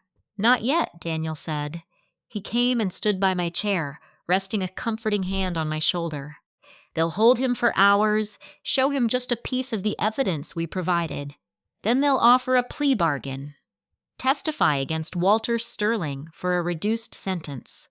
He'll take it. Men like Julian always save themselves. The plan was never just to stop him. It was to use him to bring the whole corrupt network down. The U.S. attorney is already set to review your family's bankruptcy filings," Sarah added. "This new evidence changes everything. It proves they were the victims of a targeted corporate sabotage scheme. It doesn't fix all the damage, but it completely rewrites the story." The court's original judgment. "It's going to look very different now. There's an excellent chance we can get the entire ruling overturned. We're not just fighting for survival anymore. We're fighting for justice. Justice. It was a word I hadn't allowed myself to hope for in years. My brother spoke again. "The car's downstairs. We need to go before the news breaks that Julian Croft was just taken in by the feds. You need to lay low for a while." I just nodded, found some hidden reserve of strength, and stood up. I glanced around the office, the scattered papers, the overturned chair, the battlefield. It was finally over. The lies, the fear, the constant stress of being married to Julian Croft. But as I followed them towards the door, a new feeling started to grow inside me, something much warmer than revenge. It was peace. Not the peace that comes from surrender, but the peace of a clean, decisive victory. The peace of finally seeing that monster for the scared, pathetic man he truly was. The peace of winning the only war that ever really mattered, the one for my own future. The secret ledger was now federal property. Julian was in the back of a black government sedan. Suddenly, the divorce felt like a minor detail. The real fight had just concluded, and for the first time in so long, I was the one holding all the cards. The next weeks were a carefully managed blur of complete secrecy. I wasn't hiding out in some roadside motel. I was relocated to a stunning, light-filled apartment in a secure high-rise in Chicago. The ownership trail was so convoluted, even Daniel joked he couldn't trace it. "A little gift," he said, from some of Dad's old friends. "Consider it a bonus for a job well done." My new view was of Lake Michigan, a vast, clean expanse of water and sky that felt like absolute freedom after the stifling Miami humidity. I vanished into the gears of the justice system. With my lawyer, Sarah Jenkins, at my side, I provided a sworn deposition to the assistant U.S. attorney. I handed over every piece of evidence, the ledger, the thumb drive, the incriminating photos. I even verified the handwriting on key documents. In all the legal filings, I became Source A, my real name scrubbed from every public record. The case against Julian Croft and Walter Sterling was assembled quietly, methodically, and with brutal efficiency. Then the stories began to leak out, not in a flood, but in precise, targeted strikes. The Wall Street Journal published the first story, citing sources about a new cooperating witness in the Sterling investigation. Julian S. handsome face, now looking gaunt and tired in a grainy courthouse photo, was suddenly all over the financial news. His company, Croft Development, immediately halted all investor payouts. The sharks were beginning to circle the blood in the water. Then the New York Times dropped their own bombshell, connecting billionaire Walter Sterling to the federal probe. They reported that a bankruptcy trustee had uncovered evidence of a massive stock manipulation scheme. Sterling's lawyers screamed that it was a coordinated smear job, but they sounded panicked. His company's stock dropped 15% by noon, and just like that, I became a ghost. The reporters who had been camped outside my old building disappeared. The story had a new villain. I wasn't the betrayed, tragic wife anymore. I was a protected witness, shielded by the media's unspoken code of ethics. About a month after that confrontation in the office, a courier delivered a thick, cream-colored envelope. There was no return address. Inside was a single sheet of heavy paper. It just said, D. He broke, gave a full confession, everything on the record. He's giving them the whole operation, Sterling, the kickbacks, the offshore accounts. He's looking at 18 to 24 months in a minimum security facility. His testimony buries them. Sterling will fight it, of course, but it's over. The old man is finally going down. A note for you. The penthouse deed is being moved into an LLC in your name. The title's clean. It's yours now. Do what you want with it. V.S. I stared at the message. Victoria Sterling's perfect initials at the bottom. So Marcus finally folded. He chose himself over his wife, just as we knew he would. That entire divorce fund was now just a pile of evidence. And the penthouse, the scene of my greatest humiliation, was somehow mine. The irony was suffocating. I didn't feel like a winner, just a quiet, hollow sense of justice. Like the universe had finally balanced the books. Then my intercom buzzed. Miss Smith? A Sophia Reed is here to see you. My doorman used the fake name I gave him for privacy. My heart, which I thought had turned to stone where she was concerned, gave a sick lurch. I told him to let her come up. I was ready for anything screaming, crying, more lies. But the Sophia who stepped out of the elevator looked like a ghost. Her usual fire was gone. She wore jeans and a simple sweater, her hair tied back. She looked more like a lost student than a power player. She just stood there in the doorway, her eyes taking in my new apartment, the view of the river all proof that I had built a new life without her. Can I come in? Her voice was a whisper. I just nodded and moved out of her way. I didn't get her a glass of water. I just stood there and waited. She walked to the window. It's a beautiful view. Different. It's real, I said. She actually winced. After a long silence, she turned to face me. I came here because... I don't really know why. I just had to see you, to see if you were okay. I'm fine, Sophia. I know. I saw the news reports. She wrapped her arms around herself. Marcus is a monster. I see that now. Maybe I always knew it. But I craved what he had, what you two had, the stability, the influence. You wanted the trophy, I corrected, my voice cold as steel. You never wanted to earn it. You only wanted to take it. She didn't fight back. She just nodded, a tear streaking her makeup. Yes, I did, and I was a complete fool. He used me, just like he used you. He used me as a weapon to hurt you. I was just his latest prize. And now that he's trapped, he's thrown me to the sharks. The FBI already brought me in questioning, asking about the Bahamas, about things he told me. I don't think I'm in real legal trouble, but my name is on a government list. It's over. The entire life I dreamed about is gone, and it is all my fault. I just watched her fall apart. This woman was my sister once, now just a stranger trembling in my home. The anger I'd held on to was just gone, burned out completely. All I felt was a weary sort of pity. What is it you want, Sophia? Forgiveness? No, she said, shaking her head so fast her hair flew. I could never ask you for that. I just needed you to know that I'm sorry. Not because I got caught, but I am sorry for the betrayal. For being so horrible. The things I said in that garage were truly evil.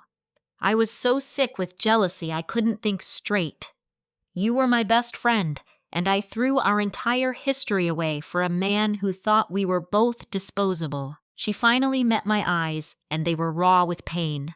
I'm leaving New York. I'm moving back to Rhode Island. My mom is sick, so I'll go help her. It's a good excuse to just disappear.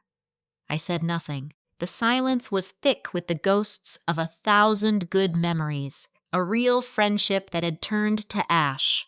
I hope you find peace, Sophia, I said finally.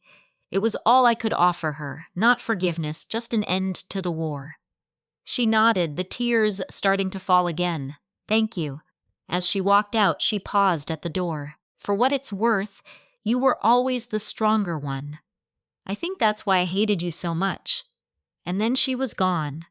I walked back to the window, watching the river carry trash out to the ocean. One last connection to my old life, cut for good. My final meeting with my father was in his suite at the Lel Hotel. His case was moving forward. His choice to cooperate with the feds had changed the entire game. His charges were being reduced. He was pleading guilty to a single charge of securities fraud. He was now facing 12 to 18 months, likely in a minimum security prison. He would also pay enormous restitution from his Zurich accounts, which were being turned over. He was losing everything, the fortune, the name, his freedom, but he was going to keep his life and a shot at some kind of future. We sat on a balcony overlooking the city. He looked drained but peaceful. That penthouse is yours, he told me. You should sell it. The money from that sale would be enough for a brand new start. No strings. I'm not selling it, I said. He looked genuinely surprised. Why not? That place is filled with nothing but bad memories. Exactly, I replied. It's my trophy, and I am going to sell it, but not on the public market.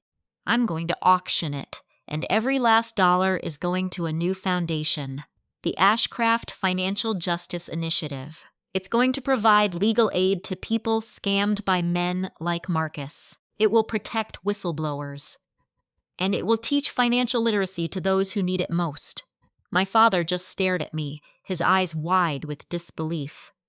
A slow, proud smile spread across his face. You're turning poison into medicine. I'm turning a liability into an asset. I smiled back. You taught me that. He reached over and took my hand. I taught you about money. You, my girl, you learned about the heart. I am just so unbelievably proud of the woman you've become.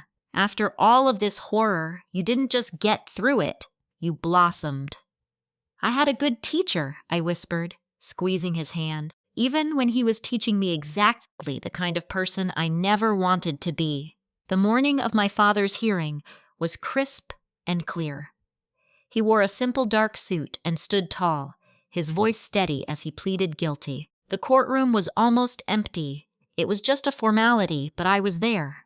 My mother, Victoria Sterling, sat right in the front row. In the back, the bankruptcy trustee, Eleanor Vance, watched with a blank expression. The judge, a woman known for being tough but fair, accepted his pleas and set his sentencing for 3 months out. She reminded him how serious his crimes were, of the many lives he had ruined. He just stood there, his head bowed, and he took it. When it was over, we walked down the courthouse steps. A few cameras flashed, but the media circus was gone. It almost felt dignified. The world had already moved on. He was yesterday's news. A plain black sedan was waiting, not a Rolls-Royce. My father stopped before he got in. I have to go check in with my probation officer, he said, and after that I wait. I'll be there, I promised him. Every single visiting day, he pulled me into a tight, desperate hug. I know you will. Now go on. Live your life. Build something amazing. I just stood there on the sidewalk and watched the car drive away. I felt a lump in my throat, but the tears didn't come. This wasn't really an ending, just a chapter break. A year later, that's at the Financial Women's Association Awards Gala. I was a nominee for my work with the Ashcraft Initiative. In just 1 year, we had already funded over 24 lawsuits against loan sharks, helped hundreds of scammed retirees, and launched a high school program that was now in 5 states. We had recovered millions for the victims. The Ashcraft name didn't mean scandal anymore. It meant justice. A real shot at fairness. I wore a simple green dress and my mother's diamond earrings. For the first time in my entire life, I wasn't pretending to be someone. I was just me. I auctioned off the Gold Coast mansion for $32 million, a new sales record for the area. Every penny went into my new urban renewal fund. I lived on a modest director's salary and some boring, simple investments I made with my emergency fund. My new place was a sunny 1-bedroom condo in Lincoln Park. It was completely mine. My name was on the deed. I'd filed for divorce, claiming fraud and abandonment. With Julian now testifying against his own father, the old man was fighting the charges from his yacht in the Cayman Islands. He was losing badly. The divorce was just a piece of paper. It was finalized 2 months ago. I was Clara Vance again, standing there at the podium, looking out at a ballroom full of Chicago's most powerful women leaders from business, from politics, and the arts. I felt none of my old fear, no pressure to be flawless. A year ago, I began, my voice clear and strong. I found out the world I was living in was a total fraud, built on shady deals and the egos of men who thought their net worth made them gods. I was raised to think my only asset was how I looked. I was told I was a liability, a problem that needed to be managed. I could see women in the audience nodding. Every one of them knew what it was like to be written off. I was given a set of keys. They were supposed to lock me inside a beautiful cage, to live out a quiet, shameful life in the shadows. Instead, I used those keys to open up new doors, to build a place where the truth actually mattered.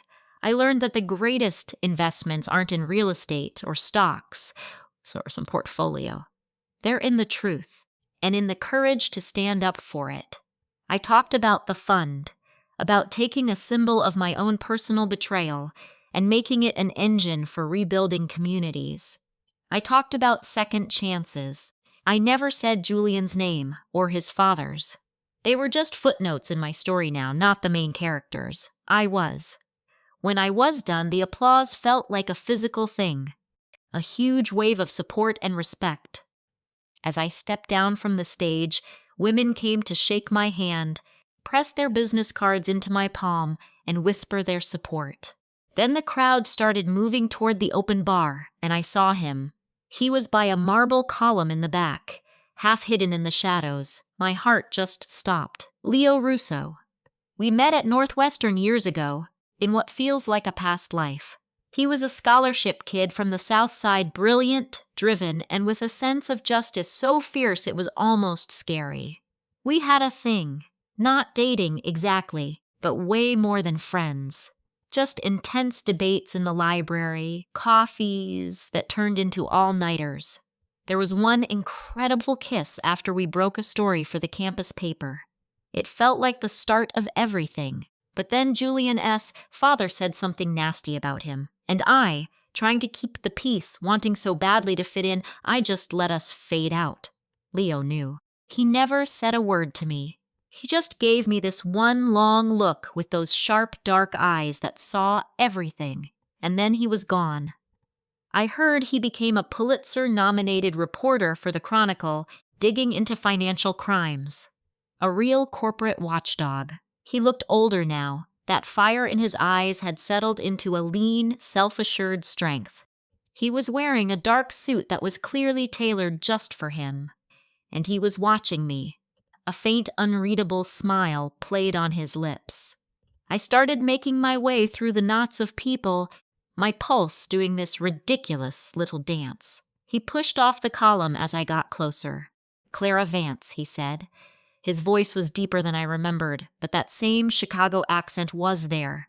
A solid, grounded sound. That was a hell of a speech. "Leo Russo," I said, stopping a few feet away. "I didn't realize you covered the high society charity scene. I am a fan of poetic justice and fresh starts. His eyes, still that intense dark coffee color, searched my face. "You look different, in the best way possible. You look like yourself. It's the lighting," I joked, trying to fight down a sudden attack of nerves. "It's not the lighting." He finally smiled, a real one that lit up his whole face and pushed back the shadows. "I've been following your fund's work, the Vance Initiative. It's seriously impressive. Bold. Thank you. I heard you're a top reporter at the Chronicle now. Taking down the bad guys. Something like that. Actually, my team and I gave your fund a little anonymous tip a few months ago. That data leak on the corrupt housing developer? That was us." I just stared at him. I'd seen the confidential source mentioned in our legal papers, but I never dreamed it was him. "You never said anything. I wanted to see what you would do with it, on your own." He stepped a little closer, and the noise of the gala just seemed to fade away. "I have to admit, when I saw the news last year, the bankruptcy, the whole ugly scandal, I was worried about you. I thought the princess in the glass tower might not make it through the fall. Turns out the tower was a cage," I said softly. "The fall was my only way out."